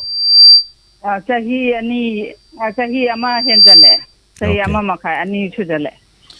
Oh, adu agadi koi say ani muksura agadi koi say means kambagi ahong muja kar lam gane na khale bako koi yamna common way ta jana means kamakanda koi humang kangbi ka hype ne bako ngak tang laga sat launa humang kang amaga sat lau phagi bse adu na tabi da koi haksang thongi jo ahong bole koi haksang thongi patharaga sai ma pan thok da tuppa saba tawbse adu su oibe ya ne khale adu natragana hoi ngasagi ising japam hawa UTI tawbusu oibe ya bako smaina UTI tawbo khopo oidragadi koi haksang thong pathaba mens kham mai lenaragadi koi hida adum khra sinarga yengba ya gari na hai okay adu ngasagi mayam no se line khangna bai tare UTI gi test tawbuse dum urine dagi dum UTI gi test tawbo dum irai line urine test ani thong lakni microscopy hai mama di culture hai mama urine culture tawdra so microscopy han tawraga yenga su microscopy hana urine dagi test tawbiraga da UTI oribra hai mama ingbiraga aduga mo culture yengani culture na kitang mo yamongani ma test tawbugi mo hai tare matam 3 days mo ka aduna taseng badi aikoi gi mayam na urine gi kano yengbiu na haiba kanda hai tare urine culture ga haibado mana numit homni changba aduga komnam tang ding topi de fare aduga duna tragana microscopy kitang yang na yenge haragana adu ma yengba yai haibani adu ngasi gi se dum ayam lakpa da nupi gi problem lakpa UTI ga yam naksin dum lai hai tare ngasi gi wahang si chap common oi hai tare do hai so hai dong na da ba yeng se yeng tok da ba dum saraga leire sum khang na leidok saruk budi amadu umtang yeng tok piu madu gi test tong na ba makhan duni microscopy test sin kitang yang na thuna khangani aduga amana urine culture 3 days sangani ado hari basi dum lab afabam da gi changaga dum test to bi are hello good afternoon sir taram lok sare Bisnupur Likendagi Bira, Koi, Dr. Expatiki, Kangzaning, Sir, Akoi Yamatin Tokoma, Akogi, Moyani say Masazi Amata, Kana, Oidraba, Hitareko, Oibangam Draba, Nupina Sorida, Nupana, Sorida, Moyani Moxilo, and Soibo, Maling, I see both the Kangde, Moy Sahi, Nupan, and Sahi, and Kaimaki sang, or in peace and Sahini Poo. The putting to whom do my or don't want other side of the doctor and I paid high give the quick donor to the upality have a upality has a donors in the Canada Kamata donor or Gadono donors in that I quick Kusim Oba so I paid Hagum Mamma have Hagum Karadakis Tazabada quite Kusimgi Kusimgi quick chemical cannot was in the Queen Miron or Bayamgi ways later bra a symptom uneasy counseling by Dr. Daki. Hoi sagi kusek mi habis na IBF ne na logo ne buko IBF ne na logo ni IBF sida sagi sahi 42 oraga jo mai ek se amma ni ga phangmanga magadi try to yai adubu chance ti amna ne me hai gani aduna makhoi jum donor IBF habis la kare na khanjai okay aduga khoi manipur gi donor je kitang anoba stage la ri hamada khoi gi mapalam dagdi koi bank koina lay ko donor bank oina mafam hanga lay bisu yaw nupa gi semen gi bank adagi nupi gi ek gi bank adri koina laiba couple nupa nupi gi magi saksu wang zawwa yengaga aduga chanaba donor am dei khalaga smaina longnei koi manipur gi kitang chije wari na haijaning hanma okay ko sidadi hari basi donor gi kitang awaba lay hello hello Hello, Ming, hi, you. Kano, kawadi gini sa. Oh, Ming, am ta kang sage. Ming, Bijeshwari. Oh, wahang, ita hang biu. Kale nga da kushin kita hang sage to basa. Hang biu. Ka ay hana fibroid lay jay bosa. Thyroid lay ba, okay. Fibroid lay ba da ay di sahi 43 above hare ba ko. Ado ay je hujise pereche chang nai de tha ani mulak taba tha bada ani laksan ba. अदु हुजि से एही problem से चाबा थकप से हाइदि हुमांग कांगा चाबा थकप से यामना चानिंग दब ओइ चानिंग थानिंग बा फाउ दब हाइ तारे ने सम चानिंग थानिंग बा फाउ दब ओइ बा से सिने मरम छुम ओइब्रा माइ तौनब्रा तेहि दि 43 अब खतंगाइ गरिबा हजि फाइब्रोइड के दि मरि लेना रोइबको सि सही 43 हाइ दम मेंस खम दाइ तंग अहोम लाक पने ने लौजनिंगे 40 प्लस ला बनी ना होय अदो हजि के हाइबा नुंगाइ तबजि फाइब्रोइड के दि कइमता मरि लेना रोइ अदुगा थाइरोइड के दि मरि लेना दे हाइबा वाफम मा थंबेरी अदे पेट से चांग नाइ दबाइ दे होय Pili chu asagi chahi du helak pagi hai tare khamam dai maina hygienic hai pura bodi kanu na tru kana ko made doctor ma se khara 40 khara helak pada natraga du mamang khara swai si dum lepagi kanu su dum kakna ma sahi je leite 40 deina dum 50 55 ꯁ꯭ꯋꯥꯏꯐꯥꯎꯁꯦ ꯑꯗꯨꯝ ꯑꯦꯅꯤ time ꯑꯣꯏꯕ ꯌꯥꯏꯅ anyway ꯑꯗꯨꯒ doctor ꯀꯅꯥꯒꯨꯝꯕ ꯌꯥꯝ miracle ꯍꯥꯏꯇꯥꯔꯦ ꯃꯁꯥꯒꯤ ꯆꯍꯤꯗꯤ ꯑꯗꯨꯝ 40ꯒ 4ꯒ ꯁꯨꯝ ꯁꯨꯔꯀꯥꯟꯗ ꯌꯥꯝꯅ ꯀꯩꯅꯣ ꯇꯧꯅ ꯅꯨꯄꯤ ꯑꯉꯥꯡ ꯎꯅꯕꯁꯨ ꯑꯗꯨꯝ ꯌꯥꯎꯏ ꯍꯥꯏꯔꯤꯕꯀꯣ ꯏꯁꯣꯔꯅ ꯄꯤꯔꯛꯄꯗ ꯃꯥꯒꯤ ꯑꯗꯨꯝ ꯍꯦꯛ ꯂꯩꯕꯗꯒꯤ ꯍꯥꯏꯇꯥꯔꯦ ꯑꯗꯣ ꯃꯦꯗꯥꯝ ꯑꯝꯇꯪꯗꯤ ꯃꯁꯤ ꯆꯦꯛ ꯇꯧꯊꯣꯛꯄꯤꯕ ꯗꯣꯛꯇꯔꯒ ꯇꯥꯟꯅꯕꯤꯔꯒ ꯑꯝꯇꯪ ꯌꯦꯡꯕꯗꯤ ꯃꯊꯧ ꯇꯥꯕ꯭ꯔꯅ ꯑꯗꯨꯃꯥꯏꯅ ꯂꯩꯕ ꯃꯥꯜꯂꯦ ꯗꯣꯛꯇꯔ ꯀꯣ ꯐꯥꯏꯕꯔ ꯀꯌꯥꯝ ꯆꯥꯎꯏ ꯀꯥꯏꯅ ꯍꯥꯏꯕꯤꯒꯦ ꯊꯥꯏꯔꯣꯏꯗꯇꯨ ꯃꯥꯒꯤ ꯀꯌꯥꯝ ꯆꯥꯎꯋꯦꯅ ꯂꯩꯕꯤꯒꯦ ꯗꯥꯏꯃꯦꯟꯁꯟ ꯐꯥꯏꯕꯔꯁꯦ ꯃꯃꯥꯡꯒꯤꯗꯤ 5.5 into 5.5 ꯁꯦꯟꯇꯤꯃꯤꯇꯔ ꯑꯣꯏꯌꯦꯕꯀꯣ ꯍꯣꯏ ꯍꯣꯏ ꯑꯗꯨꯒ ꯍꯟꯗꯛꯀꯤꯅ ꯑꯃꯨꯛ ꯈꯔ ꯄꯤꯛꯁꯜꯂꯦ 2.5 ꯈꯛꯇ ꯑꯣꯏꯖꯔꯦꯕ ꯑꯗꯨꯗꯤ ꯌꯥꯝ ꯐꯔꯦ ꯐꯥꯏꯕꯔꯣꯏꯗꯇꯨꯅꯗꯤ ꯀꯩꯝꯇ ꯑꯀꯥꯏꯕ ꯄꯤꯔꯔꯣꯏꯅ ꯍꯥꯏꯖꯅꯤꯡꯉꯤ ꯃꯗꯨꯒ ꯊꯥꯏꯔꯣꯏꯗꯇꯨꯒꯗꯤ ꯃꯔꯤꯗꯤ ꯂꯩꯅꯗ꯭ꯔꯦ ꯑꯗꯨꯒ ꯊꯥꯏꯔꯣꯏꯗꯇꯤ ꯀꯦꯟ ꯕꯤ ꯇ꯭ꯔꯤꯇꯦꯗ ꯍꯥꯏꯇꯥꯔꯦꯅꯦ ꯂꯥꯌꯦꯡꯕ ꯉꯝꯕ ꯊꯥ 3 ꯈꯛꯀꯤ ꯒꯨꯂꯤ ꯆꯥꯕꯗ ꯐꯖꯅ ꯐꯍꯟꯕ ꯉꯝꯕ ꯄꯣꯠ ꯑꯃꯅꯤ ꯑꯗꯨꯒ ꯌꯦꯡꯍꯧꯗ꯭ꯔꯒꯅ ꯍꯦꯟꯅ ꯈꯨꯗꯣꯡꯊꯤꯕ ꯍꯥꯏꯇꯥꯔꯦꯅꯦꯀꯣ ꯍꯣꯏ ꯍꯣꯏ ꯁꯥꯔ ꯁꯤ 43 ꯑꯕꯞ ꯆꯍꯤꯁꯨ ꯈꯤꯇꯪ ꯉꯥꯏꯖꯔꯤꯕꯅꯤꯅ ꯁꯥꯔ ꯁꯤ ꯄꯦꯔꯠꯁꯦ ꯑꯩꯈꯣꯏꯒꯤ ꯊꯥ ꯑꯃꯅꯤ ꯂꯦꯞꯄꯁꯤꯗ ꯍꯛꯆꯥꯡ ꯅꯨꯡꯉꯥꯏꯇꯕꯁꯦ ꯍꯦꯛ ꯂꯥꯍꯟꯅꯕ ꯈꯣꯠꯅꯕ ꯃꯔꯝ ꯁꯨꯝ ꯑꯣꯏꯕ꯭ꯔꯥ ꯗꯣꯛꯇꯔꯒ ꯇꯥꯟꯅꯕꯁꯨ ꯌꯥꯒꯗ꯭ꯔꯥ ꯁꯥꯔ ꯗꯣꯛꯇꯔꯒꯁꯨ ꯇꯥꯟꯅꯕ ꯇꯥꯟꯅꯕꯗꯤ ꯌꯥꯒꯗ꯭ꯔꯥ ꯌꯥꯏꯑꯕꯀꯣ ꯑꯗꯣ ꯃꯁꯥꯒꯤ ꯂꯦꯞꯄꯒꯤ ꯃꯑꯣꯡꯗ ꯂꯥꯛꯑꯒꯗꯤ ꯁꯤꯗꯩꯗ ꯑꯩꯈꯣꯏꯅ ꯊꯑꯣꯏꯅ ꯍꯤꯗꯥꯛ ꯅꯨꯡꯗꯥꯛ ꯆꯥꯅ ꯂꯥꯛꯑꯝꯕꯗ ꯌꯥꯝ ꯀꯟꯅ ꯀꯥꯟꯅꯕ ꯑꯣꯏꯗꯦꯅ ꯍꯥꯏꯖꯅꯤꯡꯉꯦ ꯇꯣꯉꯥꯟꯅ ꯑꯩꯈꯣꯏꯒꯤ ꯅꯨꯡꯉꯥꯏꯇꯕꯗꯤ ꯑꯣꯏꯅ ꯍꯤꯗꯥꯛ ꯆꯥꯕꯗꯤ ꯌꯥꯅꯦꯕꯀꯣ ꯑꯗꯨꯒ ꯇꯁꯦꯡꯅ ꯃꯦꯟꯁ ꯂꯥꯛꯅꯕꯩꯗꯤ ꯗꯔꯀꯥꯔ ꯑꯣꯏꯗꯦꯅ ꯍꯥꯏꯒꯅꯤꯌꯦ ꯍꯣꯏ ꯑꯃꯨꯛꯇꯪꯗꯤ ꯍꯦꯛ ꯇꯥꯟꯅꯕꯤꯔꯣ ꯑꯗꯣꯝꯅ ꯁꯪꯕ ꯀꯥꯟꯗ ꯑꯃꯨꯛꯇꯪ ꯀꯣꯏꯊꯣꯛꯄꯤꯔꯒ ꯀꯔꯤ ꯂꯩꯒꯦ ꯅꯨꯡꯉꯥꯏꯇꯕꯗꯨꯗꯤ ꯍꯥꯏꯕ ꯇꯥꯔꯦ ꯑꯗꯨꯒ ꯃꯦꯟꯁ ꯂꯥꯛꯇꯕꯒꯤ ꯆꯥꯡ ꯅꯥꯏꯅꯕꯒꯤꯗꯨꯗꯤ ꯑꯗꯨꯗꯤ ꯂꯩꯇ꯭ꯔꯒꯁꯨ ꯉꯁꯥꯏ ꯆꯍꯤꯗꯨꯅ 40+ ꯑꯣꯏꯔꯛꯄꯅꯤ나 ꯃꯥꯏ ꯃꯔꯝꯁꯤꯡꯁꯦ ꯑꯗꯨꯝ ꯈꯨꯗꯣꯡꯆꯥꯗꯕꯁꯦ ꯊꯣꯛꯄꯁꯨ ꯑꯗꯨꯝ ꯌꯥꯎꯋꯦꯅ ꯍꯥꯏꯇꯥꯔꯦ ꯀꯅꯥꯒꯨꯝꯕꯅ ꯑꯗꯨꯝ 50 ꯐꯥꯎ ꯑꯗꯨꯝ ꯂꯩꯔꯦ 50 ꯃꯇꯨꯡꯗꯒꯤ ꯂꯩꯕꯁꯨ ꯑꯗꯨꯝ ꯌꯥꯎꯋꯦ ꯍꯥꯏꯖꯔꯦ ꯊꯥꯒꯠꯆꯔꯤ ꯌꯥꯝ ꯅꯨꯡꯉꯥꯏꯖꯩ ꯑꯗꯨꯒ ꯉꯁꯥꯏꯒꯤ ꯐꯔꯇꯤꯂꯤꯇꯤꯒꯤ ꯃꯇꯥꯡꯗ ꯁꯥꯔ ꯁꯨꯝ ꯈꯪꯖꯅꯤꯡꯕ ꯍꯥꯏꯇꯥꯔꯦ ꯃꯌꯥꯝꯒꯤ ꯁꯨꯝ ꯀꯩꯅꯣ ꯉꯥꯏꯕ ꯑꯣꯏꯅ ꯃꯤꯅꯤꯠꯁꯨ ꯈꯤꯇꯪ ꯃꯤꯅꯤꯠ 10 ꯀꯨꯟꯃꯨꯛ ꯂꯩꯖꯔꯤ ꯃꯔꯛꯁꯤꯗ ꯑꯩꯈꯣꯏꯒꯤ ꯀꯩꯅꯣ ꯇꯧꯕꯗ ꯍꯥꯏꯇꯥꯔꯦ ꯑꯩꯈꯣꯏꯒꯤ ꯐ꯭ꯂꯣꯄꯤꯌꯣꯟ ꯇ꯭ꯌꯨബ്ꯁꯇ ꯑꯩꯈꯣꯏꯒꯤ ꯕ꯭ꯂꯣꯛ ꯇꯧꯕ ꯍꯥꯏꯒꯗ꯭ꯔꯥ ꯐ꯭ꯂꯣꯄꯤꯌꯣꯟ ꯇ꯭ꯌꯨബ്ꯁꯇ ꯕ꯭ꯂꯣꯛ ꯇꯧꯕ ꯃꯥꯁꯤ ꯁꯤꯃꯦꯟ ꯀꯩꯅꯣ ꯇꯧꯗꯦ ꯈꯣꯠꯇꯦ ꯀꯥꯏꯅꯗꯤ ꯍꯥꯏꯔꯀꯥꯟꯗ ꯑꯇꯣꯞꯄ ꯂꯥꯏꯌꯦꯡꯁꯤ ꯆꯠꯊꯣꯔꯀꯥꯟꯗ ꯃꯥꯒꯤ ꯀꯩꯅꯣꯗ ꯐ꯭ꯂꯣꯄꯤꯌꯣꯟ ꯇ꯭ꯌꯨꯕꯇ ꯕ꯭ꯂꯣꯛ ꯇꯧꯈꯤ ꯀꯥꯏꯅ ꯃꯁꯤꯁꯨ ꯑꯩꯈꯣꯏ ꯃꯅꯤꯄꯨꯔ ꯁ꯭ꯋꯥꯏꯗꯁꯨ ꯑꯗꯨꯝ ꯊꯦꯡꯅꯕ ꯌꯥꯎꯏ ꯂꯩ ꯑꯩꯈꯣꯏ ꯐꯦꯂꯣꯄꯤꯌꯟ ꯇ꯭ꯌꯨꯕꯁꯇꯅ ꯑꯅꯤ ꯂꯩꯌꯦꯕꯀꯣ ꯂꯦꯐꯇ ꯑꯃ ꯔꯥꯏꯠꯇ ꯑꯃ ꯁꯤ ꯑꯉꯥꯡ ꯈꯥꯎꯗꯒꯤ ꯊꯣꯛꯂꯛꯀꯗꯤꯅꯦ ꯌꯨꯇꯔꯁꯇꯒꯤ ꯋꯨꯝꯗꯒꯤ ꯑꯗꯨꯒ ꯉꯁꯥꯏꯒꯤ ꯃꯔꯨꯝ ꯂꯩꯕ ꯑꯣꯕꯔꯤ ꯍꯥꯏꯕꯒꯤ ꯃꯌꯥꯗ ꯂꯩꯗꯅꯕ ꯊꯥ ꯈꯨꯗꯤꯡꯒꯤ ꯑꯣꯕꯔꯤꯗꯤ ꯃꯔꯨꯝ ꯑꯃ ꯊꯣꯛꯂꯛꯄꯁꯦ ꯐꯦꯂꯣꯄꯤꯌꯟ ꯇ꯭ꯌꯨꯕꯁꯤꯅ ꯄꯨꯈꯠꯂꯛꯑꯒ ꯑꯉꯥꯡ ꯈꯥꯎ ꯃꯅꯨꯡꯗ ꯄꯨꯁꯜꯂꯛꯀꯗꯣꯏꯅꯦꯕ ꯑꯗꯨꯅ ꯁꯤꯒꯤ ꯑꯩꯈꯣꯏ ꯂꯝꯕꯤ ꯅꯦꯁꯅꯦꯜ ꯍꯥꯏꯋꯦꯒꯨꯝꯕꯅꯦꯕꯀꯣ ꯁꯤꯒꯤ ꯇ꯭ꯌꯨꯕꯁꯦ ꯕ꯭ꯂꯣꯛ ꯇꯧꯔꯒꯗꯤ ꯉꯁꯥꯏꯒꯤ ꯃꯔꯨꯝꯁꯦ ꯆꯠꯐꯝ ꯂꯩꯔꯣꯏꯕꯀꯣ ꯃꯔꯨꯝꯗꯣ ꯊꯣꯛꯆꯔꯒꯁꯨ ꯆꯠꯐꯝꯗꯨ ꯂꯩꯇ꯭ꯔꯒꯗꯤ ꯕꯟ ꯇꯧꯕ ꯆꯞ ꯃꯥꯟꯅꯩꯕ ꯕꯟ ꯇꯧꯔꯒ ꯃꯉꯣꯟꯗ ꯑꯦꯛ ꯄꯨꯊꯣꯛꯇꯕꯒ ꯆꯞ ꯃꯥꯟꯅꯔꯗꯣꯏꯅꯦꯕ ꯑꯗꯨꯅ ꯕꯟ ꯇꯧꯔꯕꯅꯤꯅ ꯉꯁꯥꯏꯒꯤ ꯅꯨꯄꯤꯗꯨꯒꯤ ꯊꯣꯛꯂꯛꯏꯕ ꯃꯔꯨꯝꯗꯨꯒ ꯅꯨꯄꯥꯒꯤ ꯃꯔꯨꯝꯁꯤꯒ ꯊꯦꯡꯅꯔꯔꯣꯏꯕꯀꯣ ꯑꯗꯨꯒꯤꯗꯤ ꯑꯉꯥꯡꯁꯦ ꯑꯣꯏꯕ ꯉꯝꯃꯔꯣꯏ ꯑꯗꯨꯅ ꯃꯈꯣꯏꯗꯗꯤ ꯑꯩꯈꯣꯏꯅ IVFꯀꯤ ꯑꯣꯏꯅ ꯑꯣꯞꯁꯟꯁꯦ ꯍꯥꯏꯔꯛꯑꯒꯅꯤ ꯑꯗꯨꯗꯤ ꯉꯁꯥꯏꯒꯤ ꯃꯥꯏ ꯗ꯭ꯔꯦꯟꯁꯦ ꯁꯦꯝꯅꯕ ꯂꯝꯕꯤ ꯂꯩꯇꯦꯕ ꯁꯦꯝꯕꯁꯦ ꯌꯥꯏ ꯑꯣꯄꯔꯦꯁꯟ ꯁꯔꯖꯔꯤ ꯇꯧꯔꯒ ꯑꯗꯨꯕꯨ ꯍꯧꯖꯤꯛꯀꯥꯟꯗꯤ ꯌꯥꯝ ꯀꯟꯅ ꯑꯦꯗꯚꯥꯏꯁ ꯇꯧꯗ꯭ꯔꯦ ꯃꯔꯝꯗꯤ ꯁꯨꯃꯥꯏꯅ ꯗ꯭ꯔꯦꯟꯁꯦ ꯁꯦꯝꯃꯒ ꯃꯥꯒꯤ ꯅꯣꯔꯃꯦꯜ ꯀꯟꯗꯤꯁꯟꯗ ꯄꯨꯔꯛꯄꯁꯦꯈꯤꯇꯪ ꯋꯥꯕꯅꯤꯅꯅꯦ ꯑꯩꯈꯣꯏꯒꯤ ꯉꯁꯥꯏꯒꯤ ꯃꯔꯨꯝꯁꯦ ꯊꯣꯛꯂꯛꯑꯁꯨ ꯄꯜꯍꯧꯔꯒ ꯑꯩꯈꯣꯏ ꯍꯌꯦꯡ ꯃꯤꯔꯣꯜꯂꯒꯁꯨ ꯇ꯭ꯌꯨꯕꯇꯒ ꯃꯤꯔꯣꯟꯕ ꯀꯥꯏꯅ ꯑꯗꯨꯝ ꯑꯣꯏꯕꯒꯤ ꯆꯥꯡꯁꯦ ꯌꯥꯝ ꯋꯥꯡꯕꯅꯤꯅꯅꯦ ꯑꯗꯨꯅ ꯍꯧꯖꯤꯛꯇꯤ ꯌꯥꯝ ꯀꯟꯅ ꯏꯟꯀꯔꯦꯖ ꯇꯧꯅꯗ꯭ꯔꯦ ꯇꯧꯕꯗꯤ ꯌꯥꯏ ꯑꯗꯨꯕꯨ ꯀꯩꯅꯣ IVFꯅꯗꯤ ꯍꯦꯟꯅ ꯕꯦꯇꯔ ꯑꯣꯞꯁꯟ ꯑꯣꯏꯅ ꯑꯌꯥꯝꯕ ꯍꯥꯏꯅꯩ ꯃꯗꯨꯅ IVFꯅ ꯈ꯭ꯋꯥꯏꯗꯒꯤ ꯑꯐꯕ ꯁꯣꯂꯨꯁꯟ ꯑꯃ ꯑꯣꯏꯔꯦ ꯉꯁꯥꯏꯒꯤ ꯇ꯭ꯌꯨꯕꯇ ꯃꯤꯔꯣꯟꯕꯒꯤ ꯃꯁꯤꯒꯤ ꯈꯨꯗꯣꯡꯊꯤꯕ ꯍꯥꯏꯒꯗ꯭ꯔꯥ ꯃꯁꯤꯒꯤ ꯆꯥꯟꯁꯁꯤ ꯑꯗꯨꯝ ꯇ꯭ꯌꯨꯕꯇꯅꯦꯅ ꯈꯪꯉꯒꯗꯤ ꯑꯗꯨꯝ ꯃꯁꯤ ꯂꯧꯊꯣꯛꯄ ꯈꯣꯠꯇꯣꯛꯄꯒꯤ ꯀꯩꯅꯣ ꯂꯩꯕꯤꯕ꯭ꯔꯥ ꯀꯃꯥꯏꯅ ꯇꯧꯋꯤ ꯁꯤꯁꯨ ꯇ꯭ꯌꯨꯕꯇ ꯃꯤꯔꯣꯟꯕ ꯈꯨꯗꯤꯡꯃꯛ ꯑꯣꯄꯔꯦꯁꯟ ꯇꯧꯕ ꯗꯔꯀꯥꯔ ꯑꯣꯏꯗꯦ ꯂꯧꯊꯣꯛꯄ ꯗꯔꯀꯥꯔ ꯑꯣꯏꯗꯦ ꯑꯩꯈꯣꯏꯒꯤ ꯍꯤꯗꯥꯛꯅꯁꯨ ꯇꯧꯕ ꯑꯗꯨꯝ ꯌꯥꯏ ꯑꯩꯈꯣꯏ ꯍꯤꯗꯥꯛ ꯀꯥꯞꯄꯒ ꯇꯨꯝꯍꯟꯈꯤꯕ ꯅꯠꯇ꯭ꯔꯒꯅ ꯑꯣꯄꯔꯦꯁꯟ ꯇꯧꯔ ꯂꯧꯊꯣꯛꯄ ꯑꯃ ꯑꯗꯨꯅ ꯑꯩꯈꯣꯏꯅ ꯁꯤꯗꯁꯨ ꯌꯥꯔꯤꯈꯩꯗꯤ ꯍꯤꯗꯥꯛ ꯇꯧꯔꯒ ꯇꯨꯝꯍꯟꯅꯕ ꯍꯣꯠꯅꯩ ꯃꯔꯝꯗꯤ ꯅꯨꯄꯤꯒꯤ ꯄꯨꯟꯁꯤꯗ ꯌꯥꯎꯔꯤ ꯇ꯭ꯌꯨꯕꯁꯦ 2 ꯈꯛꯇꯅꯦ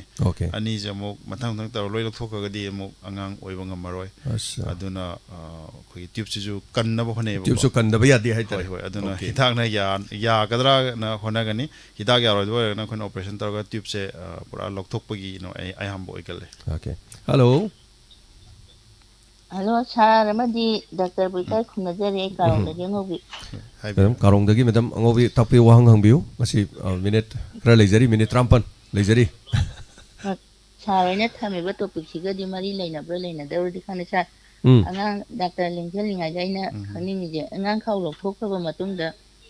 BP ꯋꯥꯡꯈꯠꯂꯛꯅꯕꯒꯤ ꯃꯔꯝꯗꯤ ꯑꯣꯏꯕ꯭ꯔꯥ ꯑꯗꯒꯤ ꯑꯉꯥꯡ ꯈꯥꯎꯁꯦ ꯂꯧꯊꯣꯛꯈ꯭ꯔꯒꯅ ꯀꯔꯤ ꯆꯦꯛꯁꯤꯟ ꯊꯧꯔꯥꯡ ꯂꯧꯈꯠꯄ ꯌꯥꯏ ꯑꯗꯨꯒ ꯍꯥꯏꯔꯤꯕꯗꯨꯒꯤꯗꯤ ꯃꯁꯥꯒꯤ ꯆꯍꯤ ꯀꯌꯥꯃꯨꯛ ꯁꯨꯕꯗ ꯑꯣꯏꯗꯣꯏꯅꯣ ꯆꯍꯤ 52-53 ꯁꯥꯔ ꯍꯥꯏꯔꯤꯕꯁꯤ ꯆꯍꯤ 52-53 ꯃꯨꯛꯇ ꯁꯦꯟꯅꯕꯗ ꯑꯉꯥꯡ ꯈꯥꯎ ꯂꯧꯊꯣꯛꯈ꯭ꯔꯒꯗꯤ BP ꯋꯥꯡꯅꯕꯒꯤ ꯃꯆꯥꯛ ꯑꯣꯏꯕ꯭ꯔꯥ ꯑꯗꯣ ꯑꯉꯥꯡ ꯈꯥꯎ ꯂꯧꯊꯣꯛꯈ꯭ꯔ ꯃꯇꯨꯡꯗ ꯀꯔꯤ ꯀꯔꯤ ꯆꯦꯛꯁꯤꯟ ꯊꯧꯔꯥꯡ ꯂꯧꯈꯠꯄ ꯀꯔꯤ ꯀꯔꯤ ꯂꯩꯅꯥ ꯂꯥꯛꯄ ꯀꯩꯗꯧꯕ ꯌꯥꯏ ꯍꯣꯏ ꯍꯧꯖꯤꯛ ꯏꯁꯥꯒꯤ ꯆꯍꯤ ꯌꯥꯡꯈꯩ ꯃꯊꯛꯒꯥꯏꯁꯦ ꯑꯗꯨꯝ ꯆꯍꯤ ꯑꯗꯨꯝ ꯈꯔ ꯌꯥꯝꯃꯦꯕꯀꯣ ꯑꯗꯨꯅ ꯃꯁꯥꯒꯤ ꯑꯗꯨꯝ ꯕꯤꯄꯤ ꯋꯥꯡꯉꯛꯄꯒꯤ ꯐꯨꯗꯣꯔꯛꯄꯒꯤ ꯃꯇꯝ ꯃꯁꯥꯅ ꯉꯁꯥꯏꯒꯤ ꯄ꯭ꯔꯦꯒꯅꯦꯟꯁꯤꯒꯤ ꯑꯗꯒꯤ ꯀꯔꯤꯒꯤ ꯑꯇꯩꯒꯤ ꯋꯥ ꯁꯨꯡꯅ ꯅꯠꯇꯅ ꯍꯥꯏꯇꯥꯔꯦ ꯑꯗꯒꯤ ꯉꯁꯥꯏꯒꯤ ꯑꯉꯥꯡ ꯈꯥꯎ ꯂꯧꯊꯣꯛꯄꯒꯁꯨ ꯃꯔꯤ ꯂꯩꯅꯔꯣꯏꯕꯀꯣ ꯑꯗꯨꯅ ꯑꯉꯥꯡ ꯈꯥꯎ ꯂꯧꯊꯣꯛꯄꯒꯗꯤ ꯕꯤꯄꯤ ꯋꯥꯡꯗꯤ ꯃꯔꯤꯁꯨ ꯂꯩꯅꯅꯗꯦ ꯁꯤ ꯃꯁꯥꯒꯤ ꯆꯍꯤ ꯑꯣꯏꯅ ꯂꯥꯛꯆꯕ ꯑꯍꯣꯡꯕꯅꯦ ꯑꯗꯨꯅ ꯍꯧꯖꯤꯛ ꯃꯊꯪꯗꯅ ꯑꯩꯈꯣꯏ ꯑꯉꯥꯡ ꯈꯥꯎ ꯂꯧꯊꯣꯛꯑꯒ ꯀꯩ ꯆꯦꯛꯁꯤꯟ ꯊꯧꯔꯥꯡ ꯂꯧꯒꯗꯒꯦ ꯍꯥꯏꯕꯁꯦ ꯌꯥꯝ ꯀꯟꯅ ꯊꯣꯏꯗꯣꯛꯄ ꯂꯩꯇꯦ ꯂꯧꯈꯠꯀꯗꯕꯁꯦ ꯇꯧꯕꯇꯕꯨ ꯑꯉꯥꯡ ꯈꯥꯎ ꯂꯧꯊꯣꯛꯄ ꯀꯥꯟꯗ ꯑꯩꯈꯣꯏꯅ ꯑꯣꯚꯔꯤꯅ ꯉꯁꯥꯏꯒꯤ ꯃꯔꯨꯝ ꯀꯣꯛꯐꯝ ꯑꯅꯤ ꯂꯩꯁꯦ ꯁꯤꯁꯦ ꯂꯧꯊꯣꯛꯈꯤꯕ ꯂꯧꯊꯣꯛꯇꯕꯁꯨ ꯈꯪꯕ ꯑꯃ ꯗꯔꯀꯥꯔ ꯑꯣꯏꯌꯦꯕꯀꯣ ꯁꯤꯁꯨ ꯑꯉꯥꯡ ꯈꯥꯎ ꯂꯧꯊꯣꯛꯈꯤꯕ ꯑꯣꯏꯔꯒꯗꯤ ꯉꯁꯥꯏꯒꯤ ꯃꯦꯟꯁ ꯈꯝꯕꯒꯤ ꯅꯨꯡꯉꯥꯏꯇꯕ ꯌꯥꯝꯅ ꯊꯨꯅ ꯇꯧꯔꯛꯀꯅꯤ ꯑꯗꯨꯒ ꯑꯩꯈꯣꯏꯒꯤ ꯁꯔꯨ ꯄꯥꯊꯕ ꯀꯥꯏꯅ ꯈꯔ ꯂꯩꯌꯦ ꯑꯗꯨꯒꯨꯝꯕꯒꯤ ꯆꯥꯡꯁꯦ ꯈꯤꯇꯪ ꯋꯥꯡꯒꯅꯦꯕ ꯑꯗꯨꯅ ꯃꯈꯣꯏꯗꯗꯤ ꯀꯦꯜꯁꯤꯌꯝꯒꯨꯝꯕ ꯇꯦꯕ꯭ꯂꯦꯠꯁꯦ ꯈꯔ ꯆꯥꯕ ꯑꯗꯨꯝ ꯐꯩ ꯆꯍꯤꯒꯤ ꯑꯣꯏꯅ ꯑꯗꯩ ꯚꯤꯇꯥꯃꯤꯟ ꯗꯤꯒꯨꯝꯕꯒꯤ ꯇꯦꯕ꯭ꯂꯦꯠꯁꯦ ꯑꯗꯨꯒ ꯀꯩꯒꯨꯝꯕ ꯑꯉꯥꯡ ꯈꯥꯎꯇꯪ ꯂꯧꯊꯣꯛꯑꯒ ꯉꯁꯥꯏ ꯑꯣꯚꯔꯤ ꯍꯥꯏꯕꯁꯦ ꯊꯝꯃꯝꯕ ꯑꯣꯏꯔꯒꯗꯤ ꯌꯥꯝ ꯀꯟꯅ ꯄ꯭ꯔꯣꯕ꯭ꯂꯦꯝꯁꯨ ꯑꯣꯏꯗꯦ ꯇꯧꯕꯇꯕꯨ ꯑꯉꯥꯡ ꯈꯥꯎ ꯂꯧꯊꯣꯛꯑ ꯃꯇꯨꯡ ꯆꯍꯤ 2, 3, 4, 5 ꯂꯩꯔꯀꯥꯟꯗ ꯑꯩꯈꯣꯏꯒꯤ ꯉꯁꯥꯏ ꯏꯁꯥꯗ ꯅꯨꯡꯉꯥꯏꯇꯕ ꯉꯁꯥꯏꯒꯤ ꯃꯦꯟꯁ ꯈꯝꯕꯒꯤ ꯑꯗꯨꯝꯕ ꯈꯔ ꯐꯥꯎꯔꯛꯑꯒꯗꯤ ꯑꯩꯈꯣꯏꯒꯤ ꯈ꯭ꯋꯥꯡ ꯌꯥꯝ ꯅꯥꯕ ꯈꯣꯠꯄ ꯂꯩꯅꯀꯣ ꯑꯗꯨꯃꯥꯏꯅ ꯇꯧꯔꯒꯗꯤ ꯁꯔꯨ ꯄꯥꯊꯕꯁꯤꯅꯦ ꯍꯥꯏꯐꯦꯠ ꯆꯤꯡꯅꯕ ꯌꯥꯏ ꯑꯗꯨꯒꯤꯗꯤ ꯑꯩꯈꯣꯏꯅ ꯁꯤꯒꯤ ꯁꯄ꯭ꯂꯤꯃꯦꯟꯒꯨꯝꯕꯁꯦ ꯁꯤꯖꯤꯟꯅꯕ ꯑꯗꯨꯝ ꯐꯩꯅ ꯍꯥꯏꯅꯤ ꯑꯣꯀꯦ ꯃꯦꯗꯥꯝ ꯌꯥꯝ ꯅꯨꯡꯉꯥꯏꯖꯔꯦ ꯑꯗꯣ ꯗꯣꯛꯇꯔ ꯑꯩꯈꯣꯏꯒꯤ ꯑꯩ ꯀꯩꯅꯣꯒꯤ ꯃꯤ ꯑꯃꯒꯤ ꯍꯥꯏꯇꯥꯔꯦꯀꯣ ꯑꯩꯈꯣꯏꯒꯤ ꯀꯦꯟ ꯑꯥꯏ ꯇꯦꯁ ꯃꯥꯏ ꯐꯔꯇꯤꯂꯤꯇꯤ ꯑꯦꯠ ꯍꯣꯝ ꯑꯩ ꯇꯦꯁ ꯇꯧꯕ ꯌꯥꯕ꯭ꯔꯥ ꯀꯔꯝꯕ ꯃꯑꯣꯡꯗ ꯇꯧꯕ ꯌꯥꯏ ꯅꯠꯇ꯭ꯔꯒ ꯗꯣꯛꯇꯔꯒ ꯀꯃꯥꯏꯅ ꯅꯠꯇ꯭ꯔꯒ ꯀꯔꯝꯕ ꯇꯦꯁ ꯑꯃꯗ ꯇꯧꯒꯅꯤ ꯃꯁꯤ ꯃꯈꯜꯁꯦ ꯌꯨꯝꯗ ꯑꯣꯏꯔꯣ ꯗꯣꯛꯇꯔꯗ ꯑꯣꯏꯔꯣ ꯀꯔꯤꯗꯣ ꯍꯣꯁꯄꯤꯇꯥꯜꯗ ꯑꯣꯏꯔꯣ ꯀꯔꯝꯕ ꯃꯑꯣꯡꯗ ꯇꯧꯕ ꯌꯥꯏ ꯍꯣꯏ ꯁꯤꯒꯤꯁꯦ ꯀꯄꯜ ꯑꯃꯒꯤ ꯑꯣꯏꯅ ꯍꯥꯏꯔꯛꯑꯒꯦꯕꯀꯣ ꯅꯨꯄꯥꯒꯤ ꯑꯣꯏꯅꯗꯤ ꯑꯩꯈꯣꯏ ꯁꯤꯃꯦꯟ ꯇꯦꯁꯁꯦ ꯇꯧꯔꯅꯤ ꯁꯤꯒꯤꯁꯨ ꯑꯦꯅꯤ ꯇꯥꯏꯝ ꯇꯧꯕ ꯌꯥꯗꯦ ꯑꯩꯈꯣꯏꯒꯤ 3 days ꯊꯣꯛꯇ꯭ꯔ ꯃꯇꯨꯡꯗ ꯇꯧꯒꯗꯕꯅꯤ ꯑꯗꯨꯒ ꯅꯨꯄꯤꯒꯤꯅ ꯕꯦꯁꯤꯛ ꯑꯣꯏꯅ ꯇꯧꯔꯒ ꯑꯜꯇ꯭ꯔꯥꯁꯥꯎꯟ ꯑꯃ ꯗꯔꯀꯥꯔ ꯑꯣꯏꯒꯅꯤ ꯑꯜꯇ꯭ꯔꯥꯁꯥꯎꯟ ꯑꯃ ꯇꯧꯔꯒ ꯑꯉꯥꯡ ꯈꯥꯎꯗ ꯄꯣꯝꯕ ꯑꯗꯒꯤ ꯑꯣꯚꯔꯤꯗ ꯄꯣꯝꯕ ꯉꯁꯥꯏ ꯁꯤꯁ ꯀꯥꯏꯅ ꯍꯥꯏꯗꯣ ꯑꯗꯒꯤ ꯐꯥꯏꯕ꯭ꯔꯣꯏꯗ ꯍꯥꯏꯁꯦ ꯁꯤꯒꯨꯝꯕ ꯂꯩꯕ꯭ꯔꯥ ꯑꯃ ꯌꯦꯡꯒꯅꯤ ꯑꯗꯒꯤ ꯑꯉꯥꯡ ꯈꯥꯎ ꯃꯅꯨꯡꯒꯤ ꯂꯥꯏꯅꯤꯡꯁꯦ ꯐꯖꯕ꯭ꯔꯥꯅ ꯑꯗꯨꯝ ꯌꯦꯡꯒꯅꯤ ꯑꯗꯒꯤ ꯑꯃꯨꯛ ꯃꯊꯪꯗꯅ ꯑꯩꯈꯣꯏꯒꯤ ꯉꯁꯥꯏꯒꯤ ꯐꯦꯂꯣꯄꯤꯌꯟ ꯇ꯭ꯌꯨꯕ ꯍꯥꯏꯗꯣ ꯐꯨꯟꯕ꯭ꯔꯥ ꯐꯨꯟꯗ꯭ꯔꯥ ꯍꯥꯏꯕꯒꯤ ꯌꯦꯡꯕꯒꯤ ꯇꯦꯁ ꯑꯃ ꯑꯗꯨꯗꯣ ꯑꯜꯇ꯭ꯔꯥꯁꯥꯎꯟ ꯇꯧꯔꯒꯁꯨ ꯌꯦꯡꯕ ꯌꯥꯏ ꯑꯗꯨꯕꯨ ꯑꯌꯥꯝꯕꯅ ꯈ꯭ꯋꯥꯏꯗꯩ ꯕꯦꯁꯇꯤ ꯑꯩꯈꯣꯏ ꯑꯦꯛꯁꯔꯦ ꯇꯧꯔꯒ ꯌꯦꯡꯕꯁꯦ ꯑꯩꯈꯣꯏꯒꯤ ꯑꯉꯥꯡ ꯈꯥꯎꯗ ꯍꯤꯗꯥꯛ ꯑꯃ ꯀꯥꯞꯁꯜꯂꯒ ꯇ꯭ꯌꯨꯕꯇ ꯍꯣꯔꯒꯗꯤ ꯍꯤꯗꯥꯛꯁꯦ ꯄꯨꯛ ꯃꯅꯨꯡꯗ ꯆꯪꯉꯛꯀꯅꯦꯕꯀꯣ ꯑꯗꯨꯗꯤ ꯑꯦꯛꯁꯔꯦ ꯇꯧꯔꯒ ꯀꯟꯐꯥꯔꯝ ꯇꯧꯒꯗꯕ ꯃꯥꯒꯤ ꯀꯩꯅꯣꯁꯤ ꯐꯨꯟꯕ ꯈꯣꯠꯄ ꯑꯇꯩ ꯑꯇꯩ ꯃꯈꯜ ꯃꯈꯜ ꯌꯦꯡꯕꯒꯤ ꯑꯗꯨꯅ ꯍꯧꯖꯤꯛꯀꯤ ꯑꯜꯇ꯭ꯔꯥꯁꯥꯎꯟ ꯑꯃ ꯑꯗꯒꯤ ꯅꯨꯄꯤꯒꯤꯅ ꯑꯜꯇ꯭ꯔꯥꯁꯥꯎꯟꯁꯤꯅꯦ ꯑꯦꯛꯁꯔꯦꯁꯤꯅꯦ ꯑꯗꯣ ꯕ꯭ꯂꯗ ꯇꯦꯁꯇꯤ ꯄ꯭ꯂꯁ ꯃꯥꯏꯅꯁ ꯑꯣꯏꯅ ꯍꯥꯏꯔꯛꯑꯅꯤ ꯆꯍꯤꯒꯤ ꯃꯇꯨꯡ ꯏꯟꯅ ꯃꯣꯏꯒꯤ ꯁꯤꯁꯦ ꯑꯃ ꯗꯔꯀꯥꯔ ꯑꯣꯏꯅꯤ ꯑꯗꯨꯒ ꯅꯨꯄꯥꯒꯤꯅ ꯉꯁꯥꯏꯒꯤ ꯇꯦꯁꯇꯨꯃ ꯁꯤꯒꯤ ꯕꯦꯁꯤꯛ ꯑꯣꯏꯅ ꯑꯍꯨꯝꯁꯦ ꯑꯃꯗꯤ ꯇꯧꯔꯒꯗꯤ ꯍꯥꯏꯐꯦꯠ ꯑꯥꯏꯗꯤꯌꯥ ꯂꯩꯒꯅꯤ ꯑꯗꯨꯔꯒꯗꯤ ꯑꯩꯒꯤ ꯐꯔꯇꯤꯂꯤꯇꯤꯒꯤ ꯀꯩ ꯍꯥꯏꯇꯥꯔꯦ ꯅꯨꯄꯥꯒꯤꯅ ꯑꯐꯇꯔ 3 days ꯍꯥꯏꯇꯥꯔꯦꯀꯣ ꯑꯗꯨ ꯅꯨꯄꯤꯒꯤꯁꯤꯒ ꯅꯨꯄꯥꯁꯤꯒ ꯇꯦꯁ ꯇꯧꯕꯒꯤ ꯃꯑꯣꯡꯁꯤ ꯃꯥꯟꯅꯗꯦ ꯑꯗꯨꯅ ꯍꯥꯏꯔꯤꯕꯁꯤ ꯑꯉꯥꯡ ꯑꯣꯏꯕ ꯉꯝꯗꯕꯁꯤꯡꯗ ꯇꯦꯁ ꯇꯧꯒꯦ ꯍꯥꯏꯇꯥꯔꯒꯗꯤ ꯉꯁꯥꯏꯒꯤ ꯅꯨꯄꯤꯒꯤꯅ ꯍꯥꯏꯔꯤꯕ ꯃꯑꯣꯡꯁꯤꯡꯁꯤꯗ ꯇꯧꯕꯤ ꯑꯗꯨꯒ ꯉꯁꯥꯏꯒꯤ ꯅꯨꯄꯤꯗ ꯇꯦꯁ ꯇꯧꯕꯒꯤ ꯃꯑꯣꯡꯁꯤ ꯁꯝꯅ ꯍꯥꯏꯔꯕꯗ ꯑꯩꯈꯣꯏꯒꯤ ꯂꯣꯏꯅꯃꯛ ꯁꯤꯖꯗ ꯂꯣꯏꯅꯃꯛ ꯂꯩꯕꯤꯔꯕ꯭ꯔꯥ ꯃꯁꯤꯒꯤ ꯀꯩꯅꯣꯁꯤꯡꯁꯦ ꯑꯣꯀꯦ ꯃꯁꯤ ꯀꯔꯤꯝꯇ ꯑꯋꯥꯠꯄ ꯂꯩꯇꯦ ꯍꯥꯏꯔꯤꯕꯁꯤꯡꯁꯦ ꯍꯥꯏꯇꯥꯔꯦ ꯉꯁꯥꯏꯗꯤ ꯐꯦꯂꯣꯄꯤꯌꯟ ꯇ꯭ꯌꯨꯕꯇ ꯑꯩꯈꯣꯏꯒꯤ ꯐꯨꯟꯖꯟꯕ ꯀꯥꯟꯅ ꯍꯥꯏꯔꯤꯕ ꯄꯣꯠꯁꯤ ꯃꯁꯤꯁꯨ ꯃꯌꯥꯝꯅ ꯌꯥꯝ ꯈꯪꯅꯗꯕ ꯋꯥꯐꯝꯅꯤ ꯍꯥꯏꯇꯥꯔꯦ ꯑꯩꯈꯣꯏꯁꯨ ꯉꯁꯤꯗꯃꯛ ꯈꯪꯉꯤ ꯉꯁꯤ ꯇꯣꯄꯤꯛ ꯑꯩꯈꯣꯏꯅ ꯈꯟꯅ ꯅꯩꯅꯕꯁꯤꯗꯒꯤ ꯑꯉꯥꯡ ꯑꯣꯏꯗꯦꯅ ꯍꯥꯏꯔꯀꯥꯟꯗ ꯉꯁꯥꯏꯒꯤ ꯃꯥꯏ ꯐꯦꯂꯣꯄꯤꯌꯟ ꯀꯩꯅꯣꯁꯤꯗ ꯐꯨꯜꯂꯒ ꯂꯩꯔꯝꯕꯗ ꯅꯨꯄꯤꯗꯨꯅ ꯑꯦꯛꯇꯤ ꯊꯣꯛꯆꯕ ꯑꯗꯨꯒ ꯃꯥꯅ ꯑꯉꯥꯡꯗꯤ ꯑꯣꯏꯕ ꯁꯨꯡꯉꯝ ꯉꯝꯗꯕ ꯑꯗꯨ ꯑꯣꯏꯇꯥꯔꯒꯗꯤ IVF ꯅꯠꯇꯅ ꯑꯇꯣꯞꯄ